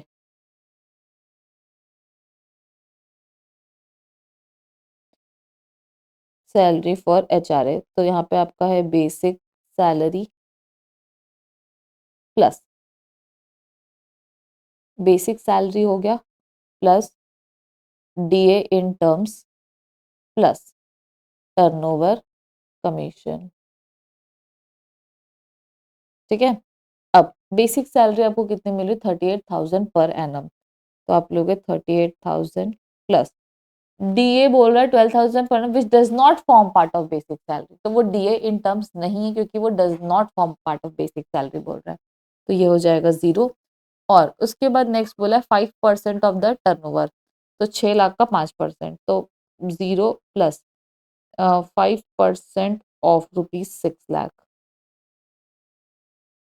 अब 6 लाख का 5% हो जाता है 30,000, 30 plus 38,000 is equals to how much, 68,000। तो इन लोगों की साल भर की सैलरी हो गई 68,000, ठीक है। अब इस 68,000 को अपन ऊपर लेंगे, तो यहाँ पर अपन लेंगे 68,000 into 40% is equals to how much, into 0.4 is equals to 27,200।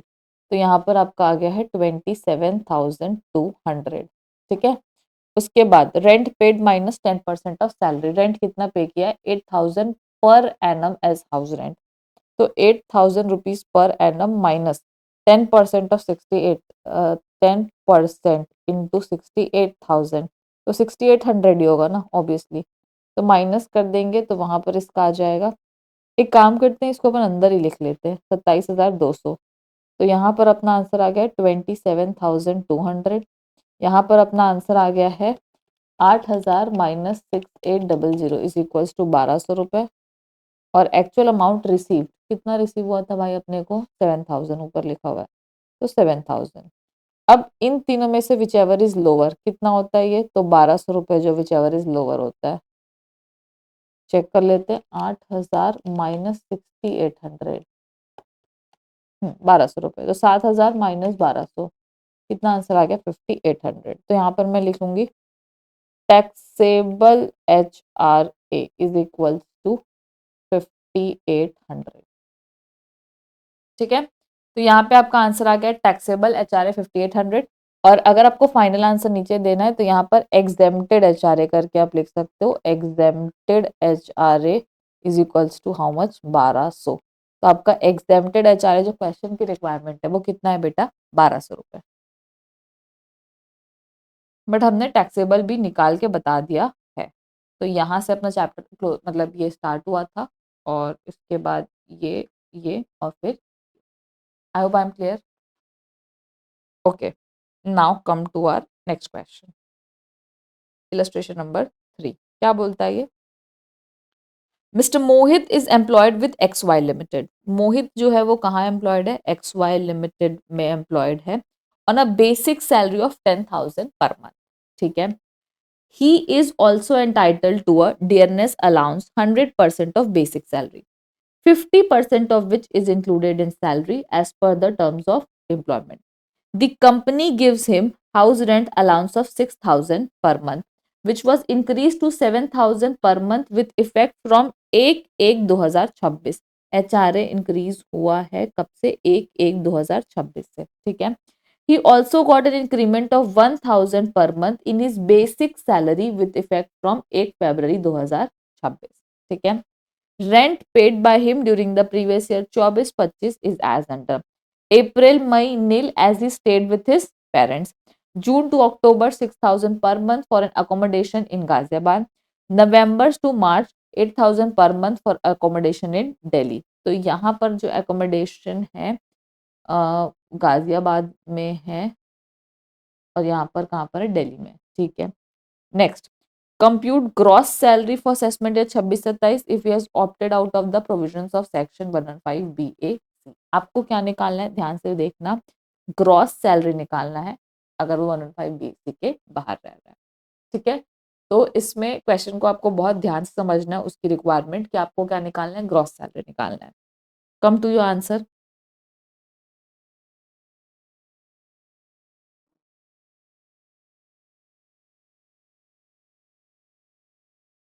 Illustration number कौन सा है भाई, 3। पेज नंबर क्या है आपका, 17। कृपया बुक में भी पेज नंबर लिखे कॉपी का। ठीक है, अब कंप्यूटेशन ऑफ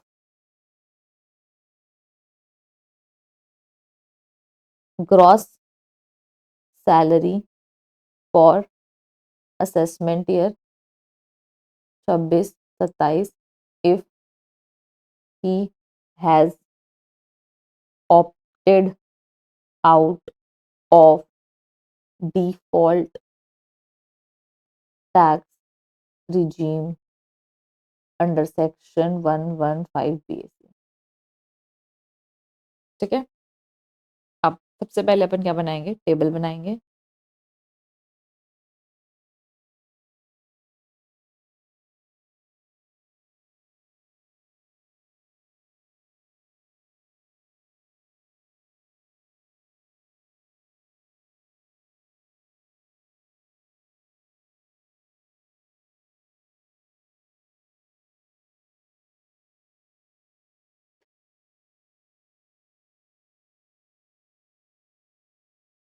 अब यहाँ पर आएगा अपना पर्टिकुलर्स,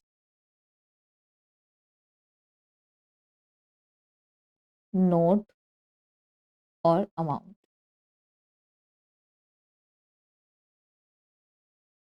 ठीक है, अब सबसे पहले अपन लेंगे क्या, बेसिक सैलरी।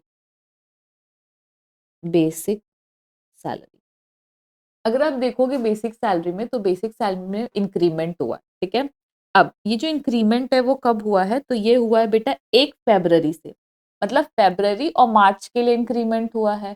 तो उसकी जो 10 महीने की सैलरी है वो कितनी है, 10,000 रुपए पर मंथ, और इंक्रीमेंट उसका हुआ है 1,000 पर मंथ। ठीक है, 11,000 रुपए। तो यहाँ पर अपन लेंगे 10,000 per month into 10 month plus 11,000 into 2 month.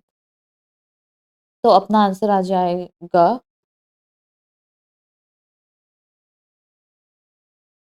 1 lakh is equals to 1,22,000। ठीक है, 1,22,000 क्या हो गई, आपकी बेसिक सैलरी हो गई। अब बात करेंगे किसकी, डियरनेस अलाउंस। तो यहाँ पर अपन लिखेंगे डियरनेस अलाउंस। डियरनेस अलाउंस जो है वो क्वेश्चन में दिया हुआ है 100% of basic salary, 100% of basic salary. अब चाहे डियरनेस अलाउंस इन टर्म्स हो चाहे नॉट इन टर्म्स हो, आपको हमेशा जो है वो फुल्ली लेना पड़ता है यहाँ पर, क्योंकि वो पूरा फुल्ली टैक्सेबल होता है। तो यहाँ पर आप ले लोगे 1,22,000 पूरा। ठीक है, उसके बाद अगर आप क्वेश्चन में देखोगे तो उसके बाद सिर्फ आपको और क्या मिला है, तो आपको मिला है बेटा HRA, उसके अलावा और कुछ मिला है क्या, नहीं मिला है। तो यहाँ पर अपन ले लेंगे क्या, HRA। तो यहाँ पर अपन लिखेंगे हाउस रेंट अलाउंस, जो कि आपका टैक्सेबल वाला पोर्शन है। तो अपन यहाँ पर लिखेंगे नोट 1। नोट 1 का जो आंसर आएगा वो कर देंगे। फिर यहाँ पर आ जाएगा अपना ग्रॉस सैलरी। क्वेश्चन में आपको निकालने ग्रॉस सैलरी बोला है कि पूरा बोला है, ग्रॉस सैलरी निकालने, ग्रॉस सैलरी निकालने बोला है, तो ग्रॉस सैलरी निकाल रहे हैं। तो स्टैंडर्ड डिडक्शन वगैरह का दिमाग नहीं लगाएंगे। तो यहाँ पर अपन आ जाएंगे, तो यहाँ पर अपन इसको ले लेंगे और इसको ऐसे कर लेंगे।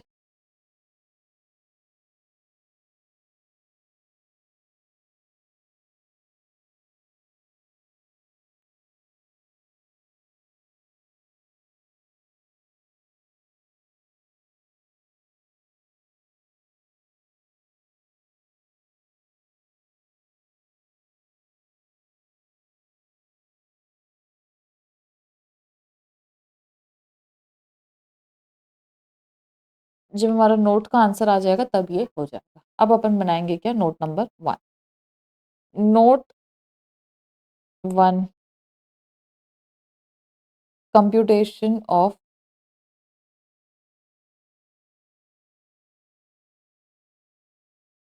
Taxable HRA। ठीक है। अब यहाँ पे अपने को कुछ-कुछ चीज़ें जो है वो डिसाइड करनी है, जैसे कि बहुत सारी चीज़ें चेंज हुई है। क्या चेंज हुए? तो सबसे पहले बेटा चेंज हुआ है बेसिक सैलरी। बेसिक सैलरी जो है वो पहले कितनी थी? 10,000 पर मंथ थी 10 महीने के लिए, फिर वो हो गई 11,000 पर मंथ, वो भी 2 महीने के लिए। और ये जो चेंज है आपका, ये कब हुआ है? तो ये जो चेंज हुआ है वो हुआ है 1 फरवरी को। ठीक है। तो यहाँ पर जो चेंज हुआ है ये, वो चेंज हुआ है 1 फेब को, 1 फरवरी को चेंज हुआ है, 1 फरवरी 2026 को चेंज हुआ है, मतलब 2 महीने के लिए चेंज हो चुका था। उसके बाद क्वेश्चन में क्या चेंज हुआ है? तो क्वेश्चन में HRA भी चेंज हुआ है। तो HRA कब चेंज हुआ है? तो HRA चेंज हुआ है आपका हाउस रेंट अलाउंस। पहले आप लोग को मिला HRA, तो HRA अपने को कब तक मिला? तो हाँ, HRA 7 था नहीं, HRA आपका कम्युनिकेशन से 6,000 per month which is increase to 7,000। तो पहले HRA था आपका 6,000 पर मंथ, और वो चेंज हुआ आपका जनवरी में चेंज हुआ HRA। तो फिर आपका 9 मंथ्स, तो यहाँ पर आपको 9 मंथ्स के लिए मिला, फिर जनवरी मतलब 1/1/2026 को चेंज हुआ। तो आपका 7,000 पर मंथ हो गया बेटा, कितने महीने के लिए? 3 महीने के लिए। और उसके अलावा आपका the company gives him a house rent allowance of 6,000 per month, ये 7,000 ये चेंज हुआ। उसके बाद रेंट भी चेंज हुआ है। ठीक है। तो रेंट जो है वो चेंज हुआ है आपका, कब कब चेंज हुआ है? तो अप्रैल और मई में आपका क्या था? नील था। उसके बाद नेक्स्ट आपका जून से अक्टूबर में ये चेंज हुआ है, जून टू अक्टूबर में चेंज हुआ है। और उसके बाद नवंबर से मार्च तक, नवंबर टू मार्च चेंज हुआ। ठीक है। अगर आप क्वेश्चन में देखोगे तो कितनी डेट है चेंज की? एक यहाँ पर चेंज है, एक यहाँ पर चेंज है, एक ये चेंज है, एक ये चेंज है, और एक ये चेंज है। टोटल 5 बार चेंज हुआ है। तो 5 कंपोनेंट जब चेंज हुआ है कैलकुलेशन में, तो हमको हर पीरियड का कैलकुलेशन करना पड़ेगा ना, कि एक पीरियड के लिए ये सारी चीजें इतनी कांस्टेंट थी, इस पीरियड के लिए इतनी कांस्टेंट थी। तो टोटल हमारा जो कैलकुलेशन होगा वो 5 पोर्शन के अंदर, 5 कॉलम के अंदर होगा, क्योंकि बेसिक सैलरी, HRA, रेंट सब चीजें चेंज हो रही है। ठीक है। तो यहाँ पर मैं बनाऊंगी 5 column total.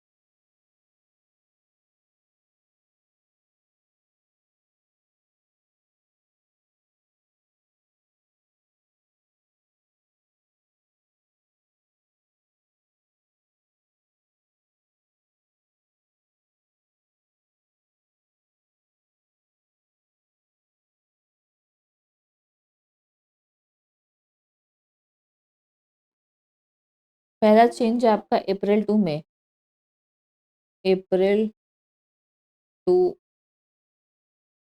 May, APR to May, ये 2 महीने।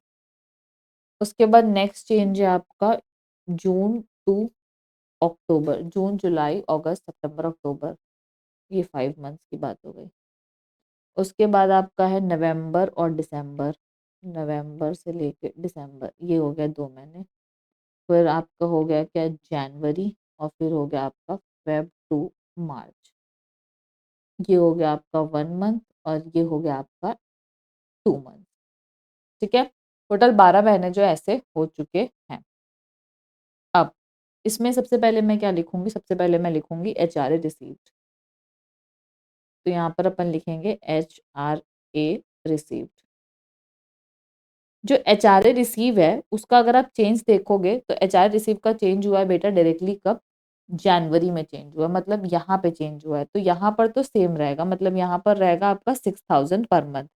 तो यहाँ तक तो मेरा 6000 पर मंथ है, तो 6000 पर मंथ इंटू 2, तो यहाँ पर हो जाएगा 12000। 6000 इंटू 5 तो आपका हो जाएगा 30000। फिर 6000 इंटू 2 तो ये हो जाएगा 12000। अब यहाँ पर हो गया आपका क्या 7000, और 7000 इंटू 2 14,000। तो आपको ये ध्यान रखना है कि कौन से पीरियड में HRA चेंज हुआ है, उसके हिसाब से आपको अमाउंट लिखना है। ठीक है, तो यहाँ पर अपन लिख दिए वो। फिर मैं करूंगी क्या, minus exemption under section 1013A। ये क्या है, उसकी एग्जेम्पशन है। अब एग्जेम्पशन जो है वो कैसे चल रही है, तो यहाँ पर सबसे फर्स्ट है आपका 40 और 50% ऑफ सैलरी। 40 और स्लैश 50% ऑफ सैलरी। सेकंड जो आपका आएगा, अब इसके लिए अपने को कॉलम इंक्रीज करने पड़ेंगे, तो अपन यहाँ पर करेंगे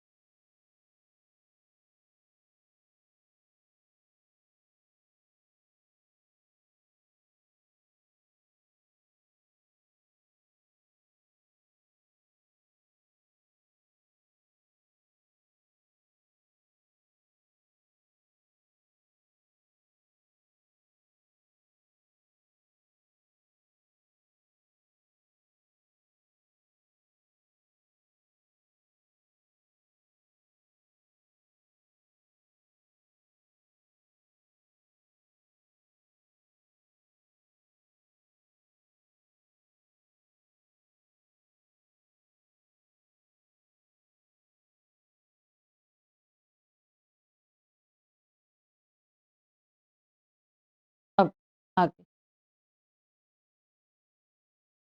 ये हमारा फर्स्ट हो गया 40% ऑफ सैलरी। ठीक है, अब 40% ऑफ सैलरी की अगर मैं बात करूं तो यहाँ पर सबसे पहले मेरे को क्या निकालना पड़ेगा, सैलरी निकालनी पड़ेगी जो कि पूरे साल भर की।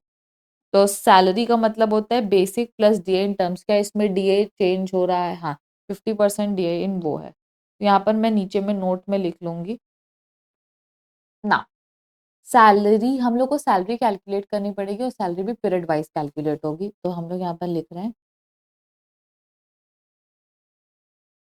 Salary for HRA।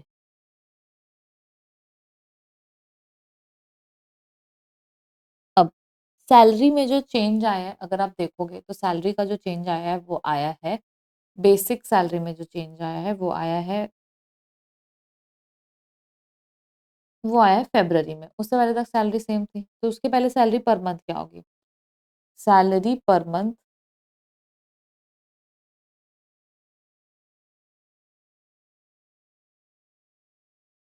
From April to January, and salary per month from Feb to March. तो यहाँ पर मैं लिखूंगी सैलरी पर मंथ। तो सैलरी पर मंथ थी आपकी 10,000, और यहाँ पे 11,000 पर मंथ। और यहाँ पर डीए इन टर्म्स, जो डीए इन टर्म्स है तो 50% form part.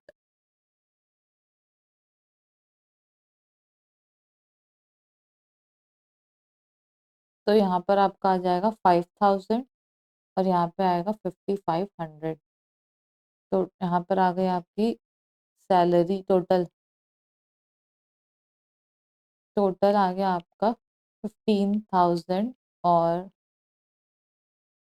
11,000 plus 5500 is equal to 16,500। 16,500 रुपये। तो 16,500 रुपये जो है वो आपका सैलरी इधर पर मंथ, और इधर 15,000 पर मंथ। इसके आगे लगा देती हूँ पर मंथ, इसके आगे भी लगा देती हूँ पर मंथ। ठीक है। अब यहाँ पर क्या लिख रहे हैं, सैलरी 40% और 50% ऑफ सैलरी।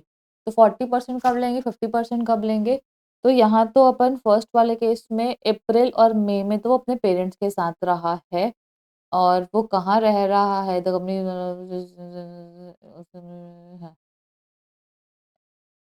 जून से अक्टूबर में उसका गाजियाबाद में है, और उसका नवंबर से मार्च तक उसका दिल्ली में है। तो फर्स्ट भी अपन 2 महीने के लिए जो है वो अपन किसमें ले लेंगे, तो अपन ले लेंगे उसको भी 40% में ही, क्योंकि अपने को सिटी जो मेंशन नहीं है। दिल्ली जो है वो नवंबर से मार्च है, तो नवंबर से मार्च यहाँ पर जो है वो 50% का क्राइटेरिया लगेगा, और यहाँ पर जो है वो 40% का क्राइटेरिया लगेगा। ठीक है। तो यहाँ पे अपन फर्स्ट वाले केस में जो है वो अपन लेंगे, फर्स्ट वाले केस में अपनी सैलरी जो है कितनी, 15,000। 15,000 इंटू 2 मंथ इंटू 40%। तो सेकेंड वाले केस में अपन लेंगे 15,000 इंटू 5 मंथ इंटू 40%। थर्ड वाले केस में अपन लेंगे 15,000 इंटू कितना मंथ है अपना, 2 मंथ इंटू 50% लेंगे। फिर फोर्थ वाले केस में अपन लेंगे, जनवरी तो नहीं हुआ है ना चेंज, तो उसमें अपन लेंगे 15,000 इंटू 1 मंथ इंटू 50% लेंगे। और 5 वाले केस में, एक मिनट ना, नवंबर से चेंज हो गया, नवंबर से हमने चेंज कर दिया थर्ड कॉलम से, और लास्ट वाले में अपनी सैलरी चेंज हुई है, तो यहाँ पर 16,500 इंटू 2 मंथ इंटू 50%।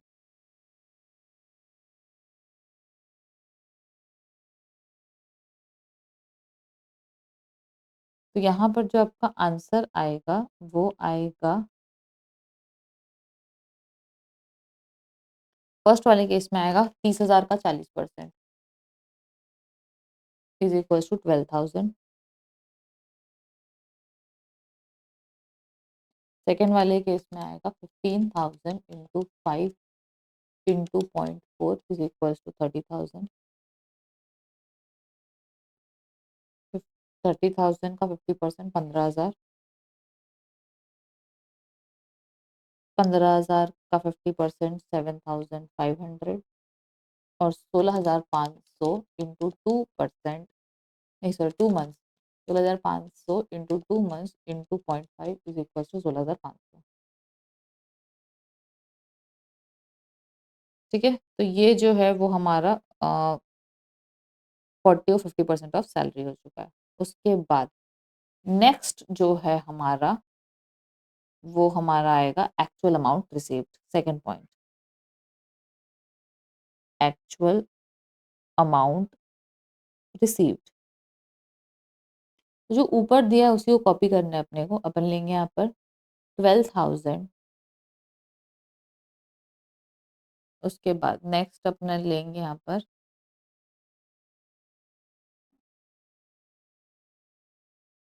हाँ 12,000 के बाद अपन लेंगे 30,000। उसके बाद नेक्स्ट लेंगे 12,000। फिर उसके बाद अपन लेंगे 7,000। और उसके बाद अपन लेंगे 14,000। ठीक है। एक्चुअल अमाउंट रिसीव हो गया। माइन अब लास्ट वाला लेंगे अपन, third, rent paid minus 10% of salary. कि rent paid minus 10% of salary. अब रेंट जो आपका फर्स्ट केस में पेड है, रेंट पेड कब चेंज हो रहा है आपका, तो रेंट पेड आपका चेंज हो रहा है, rent paid, rent rent paid April May से जून से अक्टूबर तक और नवंबर से मार्च तक। तो अप्रैल मई में रेंट पेड था आपका क्या, नील। तो नील जब रेंट पेड था माइनस 10% ऑफ सैलरी, सैलरी है आपकी 15,000, 15,000 का 10% 1500, तो यहाँ पर फर्स्ट वाले केस में आपका आएगा नील। सेकेंड वाले में आपका रेंट पेड था 6,000 पर मंथ, तो 6,000 इंटू 5 मंथ्स ना, तो 6,000 into 5 months is equal to rent paid कितना हो गया, 30,000 minus 15,000 into 5 into 10% is equal to कितना हो गया, 7,500 minus 30,000 is equal to 22,500, rent paid minus 10% of salary.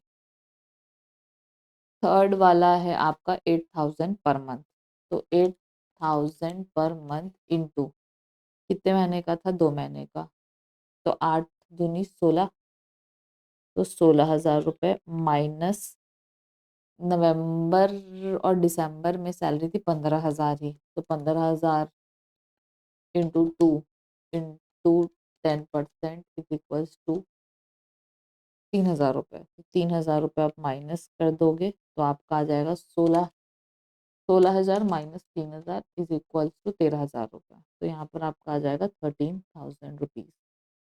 एक सेकेंड, रेंट पेड आपका 6,000 per month, 6,000 into 5 30 minus 10% of salary, तो 15,000 into 5 into 10% is equal to 7,500 रुपये, ठीक है। और यहाँ पर है 16,000 रुपये इनका, ये तो 16,000, 8,000 16 ठीक है 2 महीने का, और सैलरी थी 15, 30 हो गई, 30 का 10% 3,000, ये तीन हो गए 13,000। चौथा है आपका वापस से 16,000 माइनस सैलरी जो है वो 15,000 ही है, 1,500 रुपये माइनस होगा। रेंट पेड सॉरी 8,000 हो गया ना, रेंट पेड तो आपका चेंज हो गया, तो रेंट पेड आपका हो गया 8,000, 8,000 माइनस 1,500, 6,500। तो यहाँ पे अपन लिखेंगे क्या, 6,500। और लास्ट वाला है आपका 2 महीने का, तो यहाँ पे आपका 16,500 इंटू 2, नहीं रेंट पेड आपका 16,000 minus 16,500 into 2 into 10% is equal to 3,300 रुपये। तो 16,000 minus 3,300 minus 16,000 is equal to 12,700, तो 12,700, ठीक है। तो 12,700 जो है वो ये हो गया, ठीक है। अब विच एवर इज लोअर, तीनों में अपन देखेंगे क्या, which ever is lower, which ever is lower तीनों केसेस में। तो अपना फर्स्ट वाले केस में आंसर आएगा, फर्स्ट सेकंड थर्ड में नील ही लोअर है तो नील ले लेंगे अपन।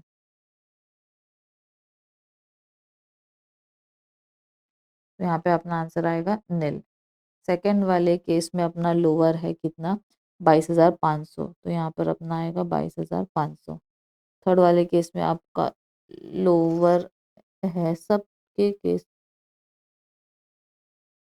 खैर अपन इसको क्यों लगा रहे हैं,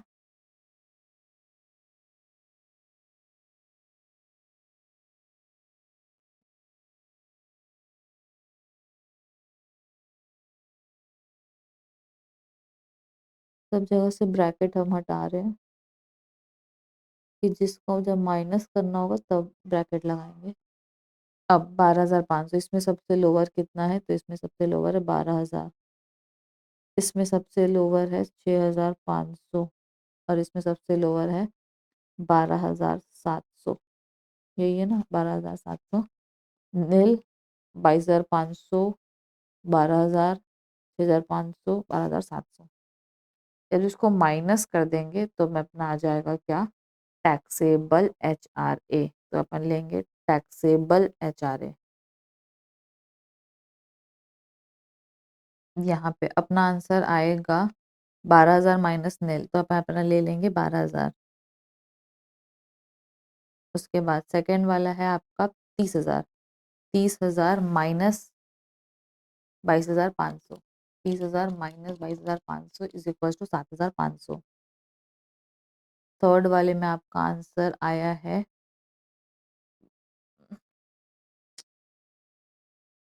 12,000। थर्ड वाले में आपका आंसर आया 12,000 और एग्जाम्पशन 12,000, तो यहाँ पर आपका आंसर आ जाएगा निल। 6,500 और 7,000, तो 500 रुपये। और यहाँ पर 12,700 है ना, और 14,000, तो 14,000 माइनस 12,700 इज इक्वल टू 1,300 रुपये। 7,000 है ना, हाँ। तो taxable H R A total is equals to 12,000 plus 7,500 plus 500 plus 1,300 is equals to 21,300। That is the correct answer. ये आपका क्या है, टैक्सेबल एच आर ए 21,300। तो यहाँ पर मैं ले लूंगी क्या, 21,300 और टोटल कर लूंगी, plus 1,22,000 plus 1,22,000 is equal to 2,65,300। 2,65,300। ठीक है। तो आपकी जो सैलरी आएगी, ग्रॉस सैलरी, वो आएगी 2,65,300। I hope you guys are very much clear with the concept and आपके पास, तो आपको पता है कि अगर आपके पास डाउट है, अगर आप तो नीचे दिए व्हाट्सएप लिंक में मैसेज कर सकते हो, टेलीग्राम चैनल में मैसेज कर सकते हो, और जो व्हाट्सएप का चैनल है उसमें भी कर सकते हो। ठीक है। सो नाउ अभी जो है हमने एचआरए का जो टॉपिक है वो खत्म कर लिया है। अब अपन किस में जाएंगे, परक्यूजिट्स में जाएंगे, और पहले परक्यूजिट को समझेंगे, लिखेंगे, और उसके बाद परक्यूजिट के क्वेश्चन जो है वो सॉल्व करेंगे। तो चलो जल्दी जल्दी आ जाओ इसके ऊपर टेक्स्ट बुक में, और टेक्स्ट बुक में अपन स्टार्ट करेंगे क्या, परक्यूजिट्स। ठीक है। तो क्या मतलब होता है बेटा परक्यूजिट्स का? परक्यूजिट का मतलब होता है monetary benefit, non monetary benefit, sorry, non monetary benefit मतलब कि फैसिलिटी, नॉन मॉनेटरी बेनिफिट।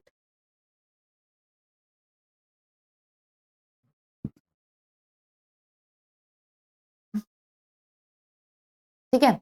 जो परक्यूजिट का क्या बोलते हैं मतलब होता है, वो होता है non monetary benefit, that is facilities, की अगर आप फैसिलिटी मिल रही है एम्प्लॉयर की तरफ से, अगर आप लोगों को फैसिलिटी मिल रही है एम्प्लॉयर की तरफ से, तो उसको बोला जाता है परक्यूजिट। जैसे कि फॉर एग्जाम्पल, अगर आपको घर के लिए एचआरए मिल रहा है, पैसा मिल रहा है, ठीक है, कि फॉर एग्जाम्पल एम्प्लॉयर ने आपको दे दिया 10,000 रुपए कि इससे वैल्यू का आप, या इस जितना भी आप चाहे तो आप रेंट में आप क्या बोलते हो उतने वैल्यू का घर ले सकते हो।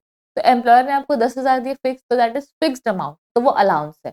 लेकिन अगर आपने फॉर एग्जाम्पल घर ले लिया कोई भी लिमिट का 10,000 15,000, और रेंट जो है वो एम्प्लॉयर पे कर रहा है, आपको टेंशन नहीं जितना आप कितना का घर आपको मिल रहा है, या घर ही मिल गया एम्प्लॉयर की तरफ से, तो वो क्या है, आपकी फैसिलिटी। तो परक्यूजिट में क्या होता है, फॉर एग्जाम्पल मान लो आपको 10,000 का एचआरए मिल रहा है, और आपने रेंट जो है वो क्या बोलते हैं 8,000 का घर लिया है, तो 2,000 रुपए अपनी जेब में डाल सकते हो। बट परक्यूजिट के केस में ऐसा नहीं होता है। आपको जितना आपने खर्चा किया है, जितना आपने बेनिफिट उठाया है, उतना जो है वो कंपनी जो है वो पे करती है। ठीक है। और this is perquisite non monetary benefit. अब यहाँ पर क्या है बेटा, आपका फुल्ली टैक्सेबल परक्यूजिट, कि कुछ परक्यूजिट्स अगेन फुल्ली टैक्सेबल है, fully exempt perquisites and partly taxable perquisites. ठीक है। तो क्या है, कुछ कुछ जो है वो पार्टली टैक्सेबल परक्यूजिट्स है, और वही जो है वो क्या है, इंपॉर्टेंट है। अब सबसे पहले अपन बात करते हैं फुल्ली टैक्सेबल परक्यूजिट, जिसमें क्या आता है, gas water electricity, gas electricity and water supply. Second क्या है आपका, free servant and other balance perquisite not specified as exam, जो अदर परक्यूजिट्स हैं वो भी इसमें आ जाएंगे। ठीक है। और ये बहुत ही इंपॉर्टेंट है बेटा, ये बहुत बार एग्जाम में आता है और बच्चे जो है वो भूल जाते हैं, तो आपको बहुत अच्छे से याद रखना है। फुल्ली टैक्सेबल परक्यूजिट में आएगा गैस वाटर एंड इलेक्ट्रिसिटी, उसके बाद नेक्स्ट है आपका फ्री सर्वेंट, और तीसरा है आपका एनी अदर परक्यूजिट्स। उसके बाद नेक्स्ट आता है फुल्ली एग्जाम परक्यूजिट्स। तो फुल्ली एग्जाम परक्यूजिट्स में कौन कौन से आएंगे, तो एग्जामेशन वाले में आता है, मैं राइट से कर रही हूँ, टेलीफोन बिल, ठीक है, whether paid by you, reimbursed by you, doesn't matter, telephone bill. Scholarship to employees children, कि एम्प्लॉइज चिल्ड्रन को स्कॉलरशिप मिल रही है। Goods sold at reasonable prices by employer to employee, अगर जो रिजनेबल प्राइसेस में यूजुअली होते हैं ना, एम्प्लॉय डिस्काउंट वगैरह देते हैं अपन, तो उसकी बात कर रहे हैं। उसके बाद नेक्स्ट है आपका टैक्स पेड बाय एम्प्लॉयर और नॉन मॉनिटरी परक्यूजिट एग्जेम्प्ट इन एम्प्लॉइज हैंड्स, ठीक है। तो इसमें क्या होता है कि यूजुअली जो आपका नॉन मॉनिटरी परक्यूजिट है वो तो आपको एम्प्लॉयर दे ही रहा है एम्प्लॉय को, बट अगर आपको परक्यूजिट की फैसिलिटी मिल रही है, परक्यूजिट मिल रहे हैं मतलब आपको फैसिलिटी मिल रही है, तो बेटा उसके ऊपर के टैक्स पे करने की जिम्मेदारी तो आपकी है ना। फैसिलिटी आपको मिली वो आपकी सैलरी में ऐड होगा, बट उसके ऊपर टैक्स जो आप पे करोगे। लेकिन अगर आपके बदले एम्प्लॉयर पे कर देता है, अगर आपके बदले एम्प्लॉयर पे कर देता है, तो वो भी तो आपके लिए फैसिलिटी हो गई ना। फैसिलिटी के ऊपर का टैक्स अगर आपको एम्प्लॉयर पे कर रहा है, तो वो टैक्स पेमेंट भी आपकी एक फैसिलिटी हो गई, बट वो आपके हाथ में क्या है, फुल्ली एग्जेम्प्ट है, ठीक है। तो उसका आपको टैक्स नहीं लगता है, क्यों नहीं लगता, क्योंकि यहाँ पे उसको क्या किया गया, एग्जेम्प्ट पे किया। अगर आपकी नॉन मॉनिटरी परक्यूजिट पे एम्प्लॉयर टैक्स पे कर देता है, तो वो फुल्ली एग्जेम्प्ट है एम्प्लॉय के हाथ में, और बट एम्प्लॉयर के लिए जो वो खर्चा है वो उसको अलाउ नहीं होगा। एम्प्लॉय के हाथ में एग्जेम्प्ट है, एम्प्लॉयर को अलाउ नहीं होगा। तो फुल्ली एग्जेम्प्ट परक्यूजिट में सबसे पहला आता है टेलीफोन बिल, नेक्स्ट है scholarship to employees children, third है goods sold at reasonable price by employer to employee, और लास्ट वाला है tax paid by employee on non monetary perquisite, ठीक है। उसके बाद आ जाते हैं क्या, पार्टली टैक्सेबल परक्यूजिट्स में। सबसे पहला जो है वो क्या है, rent free accommodation. Rent free accommodation का मतलब क्या है कि आपको घर मिल रहा है रहने के लिए, वो भी फ्री में। आपको क्या मिल रहा है, घर मिल रहा है रहने के लिए, वो भी फ्री में एम्प्लॉयर की तरफ से, that is your rent free accommodation. अभी हम ना नीचे क्या किया, एक जगह छोड़ी हुई है, यहाँ पे हम आपको कॉन्सेप्ट लिखवाते हैं, समझाते हैं, ताकि आपके लिए जो है वो क्या हो जाए, कंसेप्ट भी क्लियर हो जाए, और प्लस आपके लिए बहुत अच्छे चार्ट बनाते हैं ताकि आपके लिए क्या हो जाए, इजी हो जाए। तो यहाँ पर अपन करेंगे क्या, रेंट फ्री अकोमोडेशन। यहाँ पे आपको हेडिंग डालनी है रेंट फ्री अकोमोडेशन।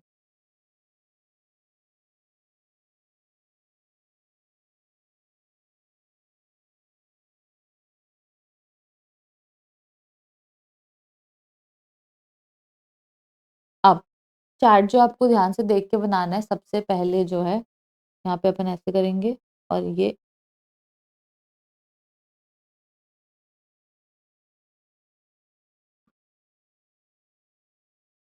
उसके बाद अपन देखेंगे कि वो गवर्नमेंट एम्प्लॉय है कि नॉन गवर्नमेंट एम्प्लॉय है। तो यहाँ पे आप लिखोगे कि गवर्नमेंट एम्प्लॉय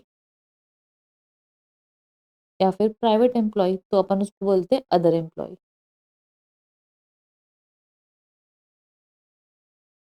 ठीक है। गवर्नमेंट एम्प्लॉय को टैक्सेबिलिटी आती है licence fee decided by the government, मतलब उस घर की लाइसेंस फीस जो सरकार ने डिसाइड की वो गवर्नमेंट एम्प्लॉय के हाथ में टैक्सेबल होता है। तो यहाँ पर मैं लिखूंगी licence fee determined by government, कि गवर्नमेंट ने जितना डिसाइड किया है वो उसका टैक्सेबल होगा। अब अदर एम्प्लॉय के केस में भी अब दो केस आ गए। दो केस जो है वो क्या बोलते हैं, तो उसमें पहला केस जो है वो क्या है, वो बोलता है it is owned by employer,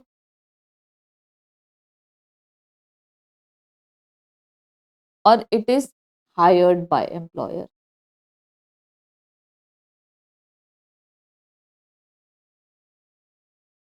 ठीक है। तो क्या जो घर है वो ओन्ड बाय एम्प्लॉयर है, एम्प्लॉयर का खुद का है, कि एम्प्लॉयर ने भी हायर करके जो है वो आपको दिया हुआ है। अगर वो ओन्ड बाय एम्प्लॉयर है, ठीक है, अगर वो ओन्ड बाय एम्प्लॉयर है, तो उस केस में अपन वैल्यूएशन क्या लेंगे, तो उस केस में या तो अपन 5% लेंगे, या तो अपन 7.5% लेंगे, या तो अपन 10% लेंगे ऑफ सैलरी, ठीक है। या तो हम 5% ऑफ सैलरी लेंगे, या तो 7.5% लेंगे, या तो 10% ऑफ सैलरी लेंगे। और अगर हायर्ड बाय एम्प्लॉयर है, तो उस केस में हम वैल्यूएशन लेंगे 10% ऑफ सैलरी, और सेकंड है हमारा हायर चार्जेस पेड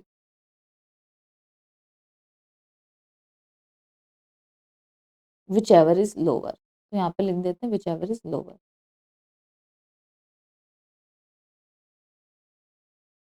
ठीक है, I hope the concept is clear. Yes, कि अदर एम्प्लॉय के केस में भी दो केस है कि जो घर है वो ओन्ड बाय एम्प्लॉयर है कि हायर्ड बाय एम्प्लॉयर है। अगर ओन्ड बाय एम्प्लॉयर है तो आपको वैल्यूएशन लेना है 5%, 7.5% और 10% ऑफ सैलरी। मैम कब 5% लेंगे, कब 7.5? तो बेटा ये पॉपुलेशन पर डिपेंड करता है, ठीक है। तो यहाँ पर अपन लिख लेंगे क्या, नोट 1, ठीक है। वो क्या 5%, 7.5% या 10% किस पर डिपेंड करता है, पॉपुलेशन पर डिपेंड करता है कि कितना परसेंटेज आपको लेना है, ठीक है। हायर्ड बाय एम्प्लॉयर में 10% ऑफ सैलरी और hire charges paid whichever is lower.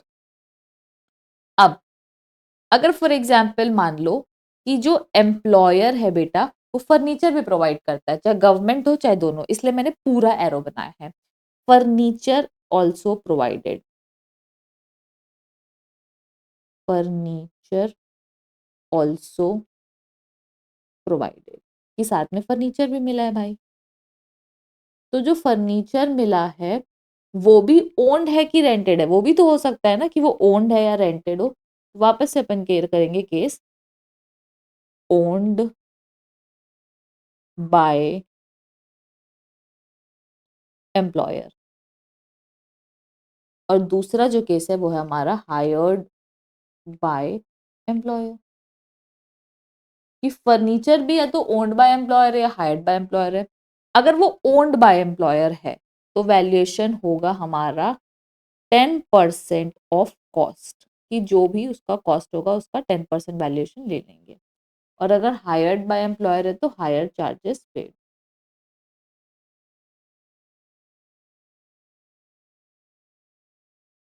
ठीक है। तो आई होप अब आपको वैल्यूएशन समझ आ गया होगा आरएफए का। गवर्नमेंट एम्प्लॉय है कि अदर एम्प्लॉय, गवर्नमेंट एम्प्लॉय तो licence fee determined by the government, other employee है तो ओन्ड बाय एम्प्लॉयर है कि hired by employer, owned by employer तो 5%, 7.5% और 10% of salary, hired by employer तो 10% ऑफ सैलरी और hire charges paid whichever is lower. अगर furniture भी प्रोवाइड किया गया है तो क्या वो ओन्ड बाय एम्प्लॉयर है कि हायर्ड बाय एम्प्लॉयर है, ओन्ड बाय एम्प्लॉयर तो 10% ऑफ कॉस्ट, और अगर हायर्ड बाय एम्प्लॉयर है तो हायर चार्जेस पेड, ठीक है। अब अपन आ जाएंगे किसमें बेटा, नोट में।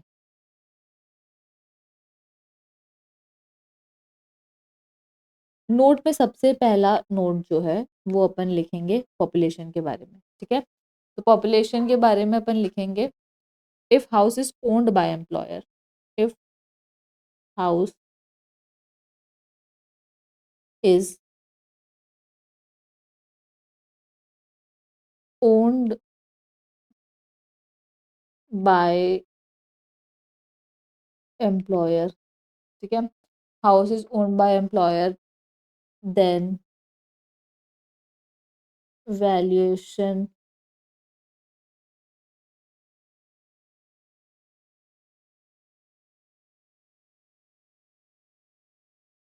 is valuation of RFA is equals to population up to 15 lakh, 15 lakh की पॉपुलेशन में 5% ऑफ सैलरी, ठीक है। पॉपुलेशन मोर देन 15 लाख,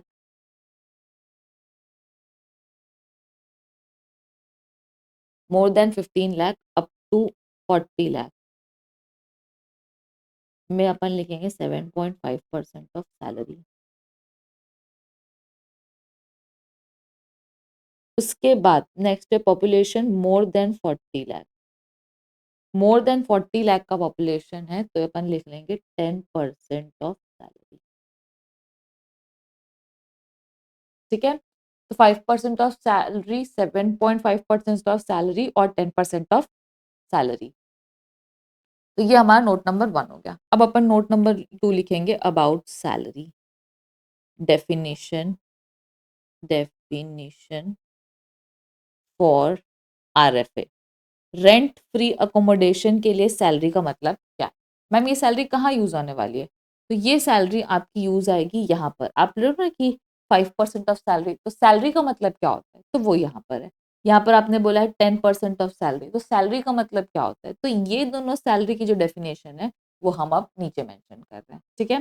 तो salary for definition of HRA, तो वहां पर हमने एक शॉर्ट फॉर्म बनाया। जो शॉर्ट फॉर्म है वो क्या बात करता है, वो बोलता है बीडी, बीसी, BDBC TA,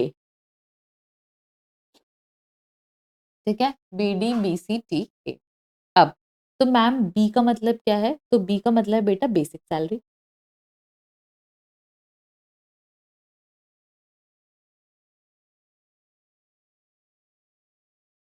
उसके बाद नेक्स्ट है आपका डी। डी का मतलब है डियरनेस अलाउंस इन टर्म्स, तो DA इन टर्म्स लिख दो। BDBC, बी का मतलब है बोनस, सी का मतलब है कमीशन, और टी का मतलब है, और ए, टी का मतलब है other taxable allowances, other taxable allowances. TAM भी है, एक सेकेंड, TAM, हम्म,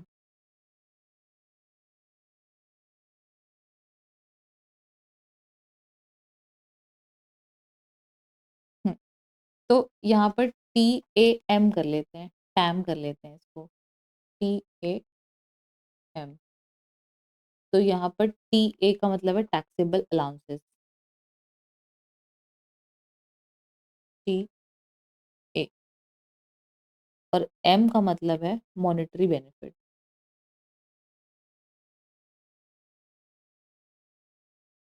कोई मॉनेटरी बेनिफिट होगा तो वो यहाँ पर आ जाएगा। सबको अपन टोटल कर लेंगे तो यहाँ पर आ जाएगा आपका सैलरी।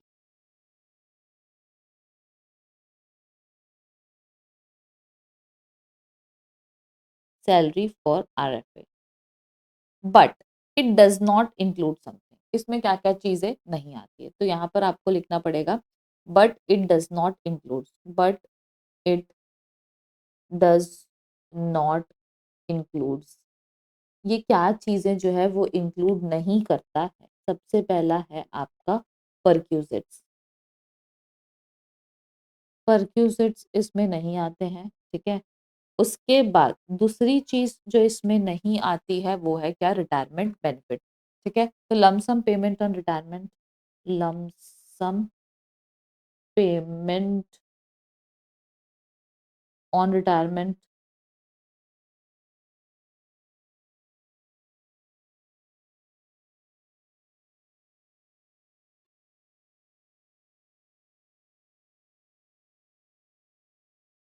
उसके बाद नेक्स्ट आपका है employee contribution, employee contribution to PF,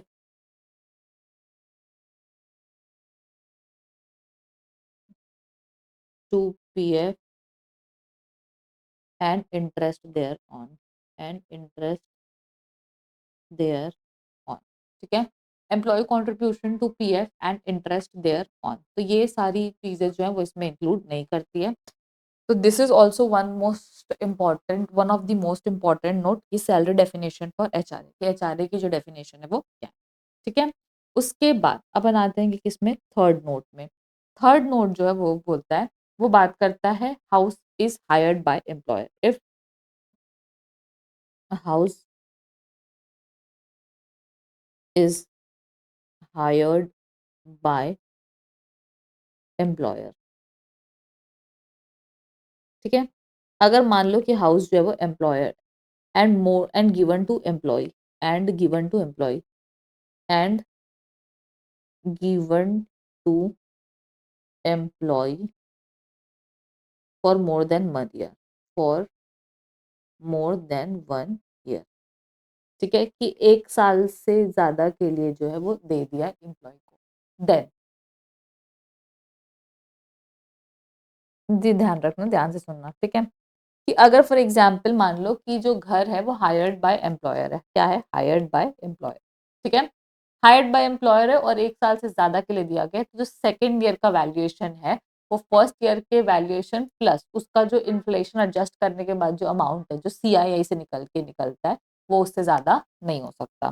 तो यहाँ पे अपन लिखेंगे then valuation of RFA for second year cannot cannot cannot be more than, ठीक है, इससे ज्यादा नहीं हो सकता। तो यहाँ पर अपना है valuation of RFA for first year, ठीक है।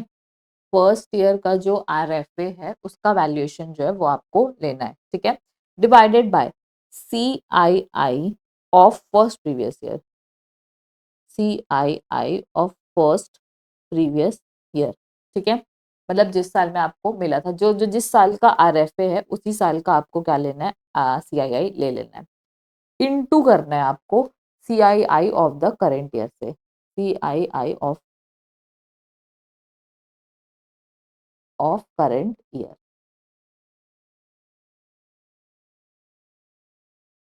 ठीक है। तो आपको करंट ईयर का जो सीआईआई है उससे इंटू करना है, और फिर ये जो आंसर आएगा आपका वैल्यूएशन का, उससे ज्यादा जो है वो नहीं हो सकता, ठीक है। तो वही बोलना चाह रहे हैं कि फर्स्ट ईयर का वैल्यूएशन, उसमें सीआईआई इन्फ्लेशन एडजस्ट करने के बाद जो अमाउंट आएगा उससे ज्यादा का वैल्यूएशन सेकेंड ईयर का नहीं हो सकता, ठीक है। उसके बाद थर्ड अपन बात करते हैं RFA provided in remote area, RFA given in remote मतलब कि गांव का एरिया, रिमोट एरिया, और और of temporary nature, temporary nature, झोपड़ झट्टी टाइप का जो अगर है, टेम्पररी नेचर, जहाँ पर प्लेन वेन नहीं है, मतलब जो जमीन है वो प्लेन नहीं है, पहाड़ वहाड़ के ऊपर आपको टेम्पररी नेचर का ऐसे ही दे दिया गया वैसे वाला, तो वो क्या है, हमेशा से एग्जेम्प्ट है, ठीक है। उसके बाद एक जो पॉइंट है वो आपको ध्यान रखना है, और वो क्या पॉइंट है कि अगर फॉर एग्जाम्पल मान लो क्या हो रहा है, ट्रांसफर हो रहा है, point number 4, in case of transfer,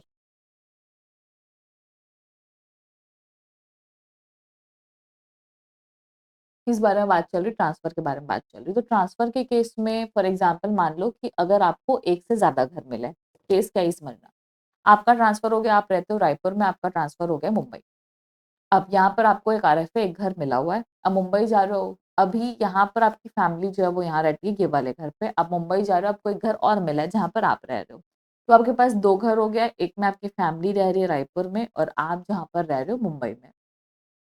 अब यहाँ पर बोलता है कि up to 90 days, first 90 days में जिस घर का आरएफए का वैल्यूएशन लोअर होगा वो आपके हाथ में टैक्सेबल होगा, और 90 डेज के बाद, 90 डेज के बाद दोनों घर का वैल्यूएशन जो है वो आपके हाथ में टैक्सेबल होगा, ठीक है। तो इन केस ऑफ ट्रांसफर आपको क्या लिखना है, if employee is provided with a new house, if employee is provided with a new house, उसको नया घर मिला है at new place, at new place, and he has not vacated, he has not vacated his old house, then valuation of RFA will be, then valuation of RFA will be,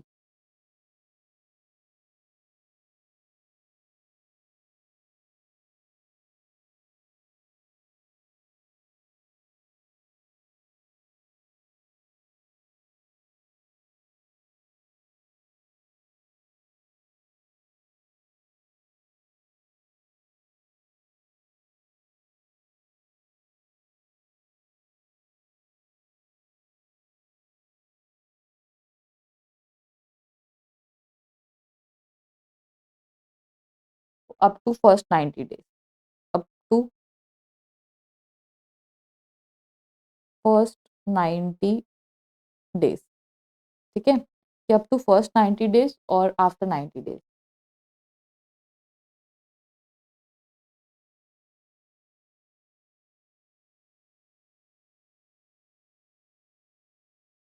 तो यहाँ पर क्या बोलना चाह रहा है कि अप टू फर्स्ट 90 डेज और आफ्टर 90 डेज वैल्यूएशन जो है क्या होगा? फर्स्ट 90 डेज में एग्जेम्प्ट होगा, लोअर वैल्यू टैक्सेबल होगी, जो दोनों में से जो भी घर लोअर वो टैक्सेबल होगा, और after 90 days both the house will be taxable. तो फर्स्ट 90 डेज में क्या होगा? House having lower value, house having lower value is taxable. और सेकंड वाले केस में होगा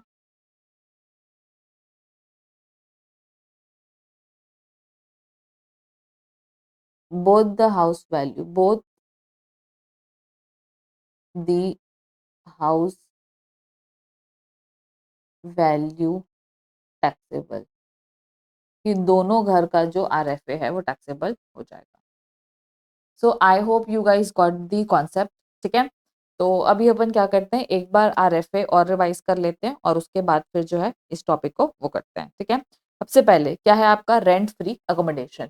तो अगर आप गवर्नमेंट एम्प्लॉय है या प्राइवेट, मतलब कि आप अदर एम्प्लॉय है, अगर आप गवर्नमेंट एम्प्लॉय है तो आपके हाथ में वैल्यूएशन होगा licence fee determined by the government. अगर आप अदर एम्प्लॉय है तो आपको देखना है whether the house is owned by employer और हायर्ड बाय एम्प्लॉयर। अगर ओन्ड बाय एम्प्लॉयर है तो आपका वैल्यूएशन होगा 5%, 7.5% और 10% ऑफ सैलरी। अगर आप हायर्ड बाय एम्प्लॉयर है तो मतलब घर जो है वो हायर्ड बाय एम्प्लॉयर है तो 10% ऑफ सैलरी और hire charges paid whichever is lower. फिर आपको फर्नीचर भी मिला है तो उसका वैल्यूएशन होगा whether it is owned by employer और हायर्ड बाय एम्प्लॉयर। अगर ओन्ड बाय एम्प्लॉयर है then it is 10% of cost, hired by employer है तो हायर चार्जेस पेड। ठीक है, फिर फर्स्ट फर्स्ट में अपन देखेंगे पॉइंट। फर्स्ट पॉइंट जो बोलता है वो बोलता है पॉपुलेशन। तो पॉपुलेशन पर डिपेंड करेगा आपका valuation if the house is owned by employer. अगर हाउस जो है वो ओन्ड बाय एम्प्लॉयर है तो उस केस में ठीक है valuation of RFA population up to ₹15 lakh तो 5% of salary, population more than 15 lakh up to 40 lakh 7.5% of salary, population more than 40 lakh then it is 10% of salary. ठीक है, उसके बाद नेक्स्ट है आपका सैलरी फॉर आरएफए। तो इसका शॉर्ट फॉर्म है बीडी बीसी टैम। तो बीडी मतलब बी मतलब बेसिक सैलरी, डी मतलब डी इन टर्म्स, बी मतलब बोनस, सी मतलब कमीशन एंड देन टीए मतलब other taxable portion of allowances. ठीक है, और एम मतलब मॉनेटरी बेनिफिट। इसमें कुछ चीजें नहीं आती जैसे कि परक्विजिट नहीं आता, लमसम पेमेंट और रिटायरमेंट नहीं आता और एम्प्लॉय कंट्रीब्यूशन टू पीएफ और इंटरेस्ट देयर ऑन नहीं आता है। ठीक है, और अगर मान लो कि आपका हाउस हायर्ड बाय एम्प्लॉयर और एक से ज्यादा साल के लिए आपको मिल रहा है तो जो सेकंड ईयर का वैल्यूएशन है फर्स्ट ईयर का वैल्यूएशन इनटू सीआईआई एडजस्टमेंट ज्यादा नहीं हो सकता। उसके बाद थर्ड पॉइंट जो बोलते हैं कि अगर आपको रिमोट एरिया या फिर टेम्पररी नेचर का अगर स्टे मिला है तो वो क्या है आपका एग्जेम्प्ट है। फिर लास्ट वाला बात करते हैं in case of transfer. Transfer के केस में if the employee is provided new house at a new place then he and he has not vacated the old property. अगर उसने पुरानी प्रॉपर्टी वैकेट नहीं किया तो फर्स्ट 90 डेज तक जिस घर का वैल्यूएशन लोअर है वो टैक्सेबल होगा और 90 डेज के बाद दोनों घर का जो वैल्यूएशन है वो टैक्सेबल हो जाएगा। इसका मतलब क्या है? इसका मतलब ये है कि एम्प्लॉयर आपको समय दे रहा है, समय सॉरी इनकम टैक्स डिपार्टमेंट आपको समय दे रहा है एटलीस्ट 90 दिन का, कि 90 दिन तक एक वैलिड टाइम होता है कि लोग घर खाली कर सकते हैं। लेकिन अगर आपको फायदा ही दोनों घर का मिल रहा है ठीक है, और आपको फायदे के लिए दोनों घर दिए जा रहे हैं तो उस केस में आपको दोनों घर में टैक्स भरना पड़ेगा। आई hope I am clear. Okay, so this is for all and other valuation and topic will be meeting in next video. Okay, bye bye. I hope you guys are liking it and so please comment down below the video, like, share, subscribe, do everything.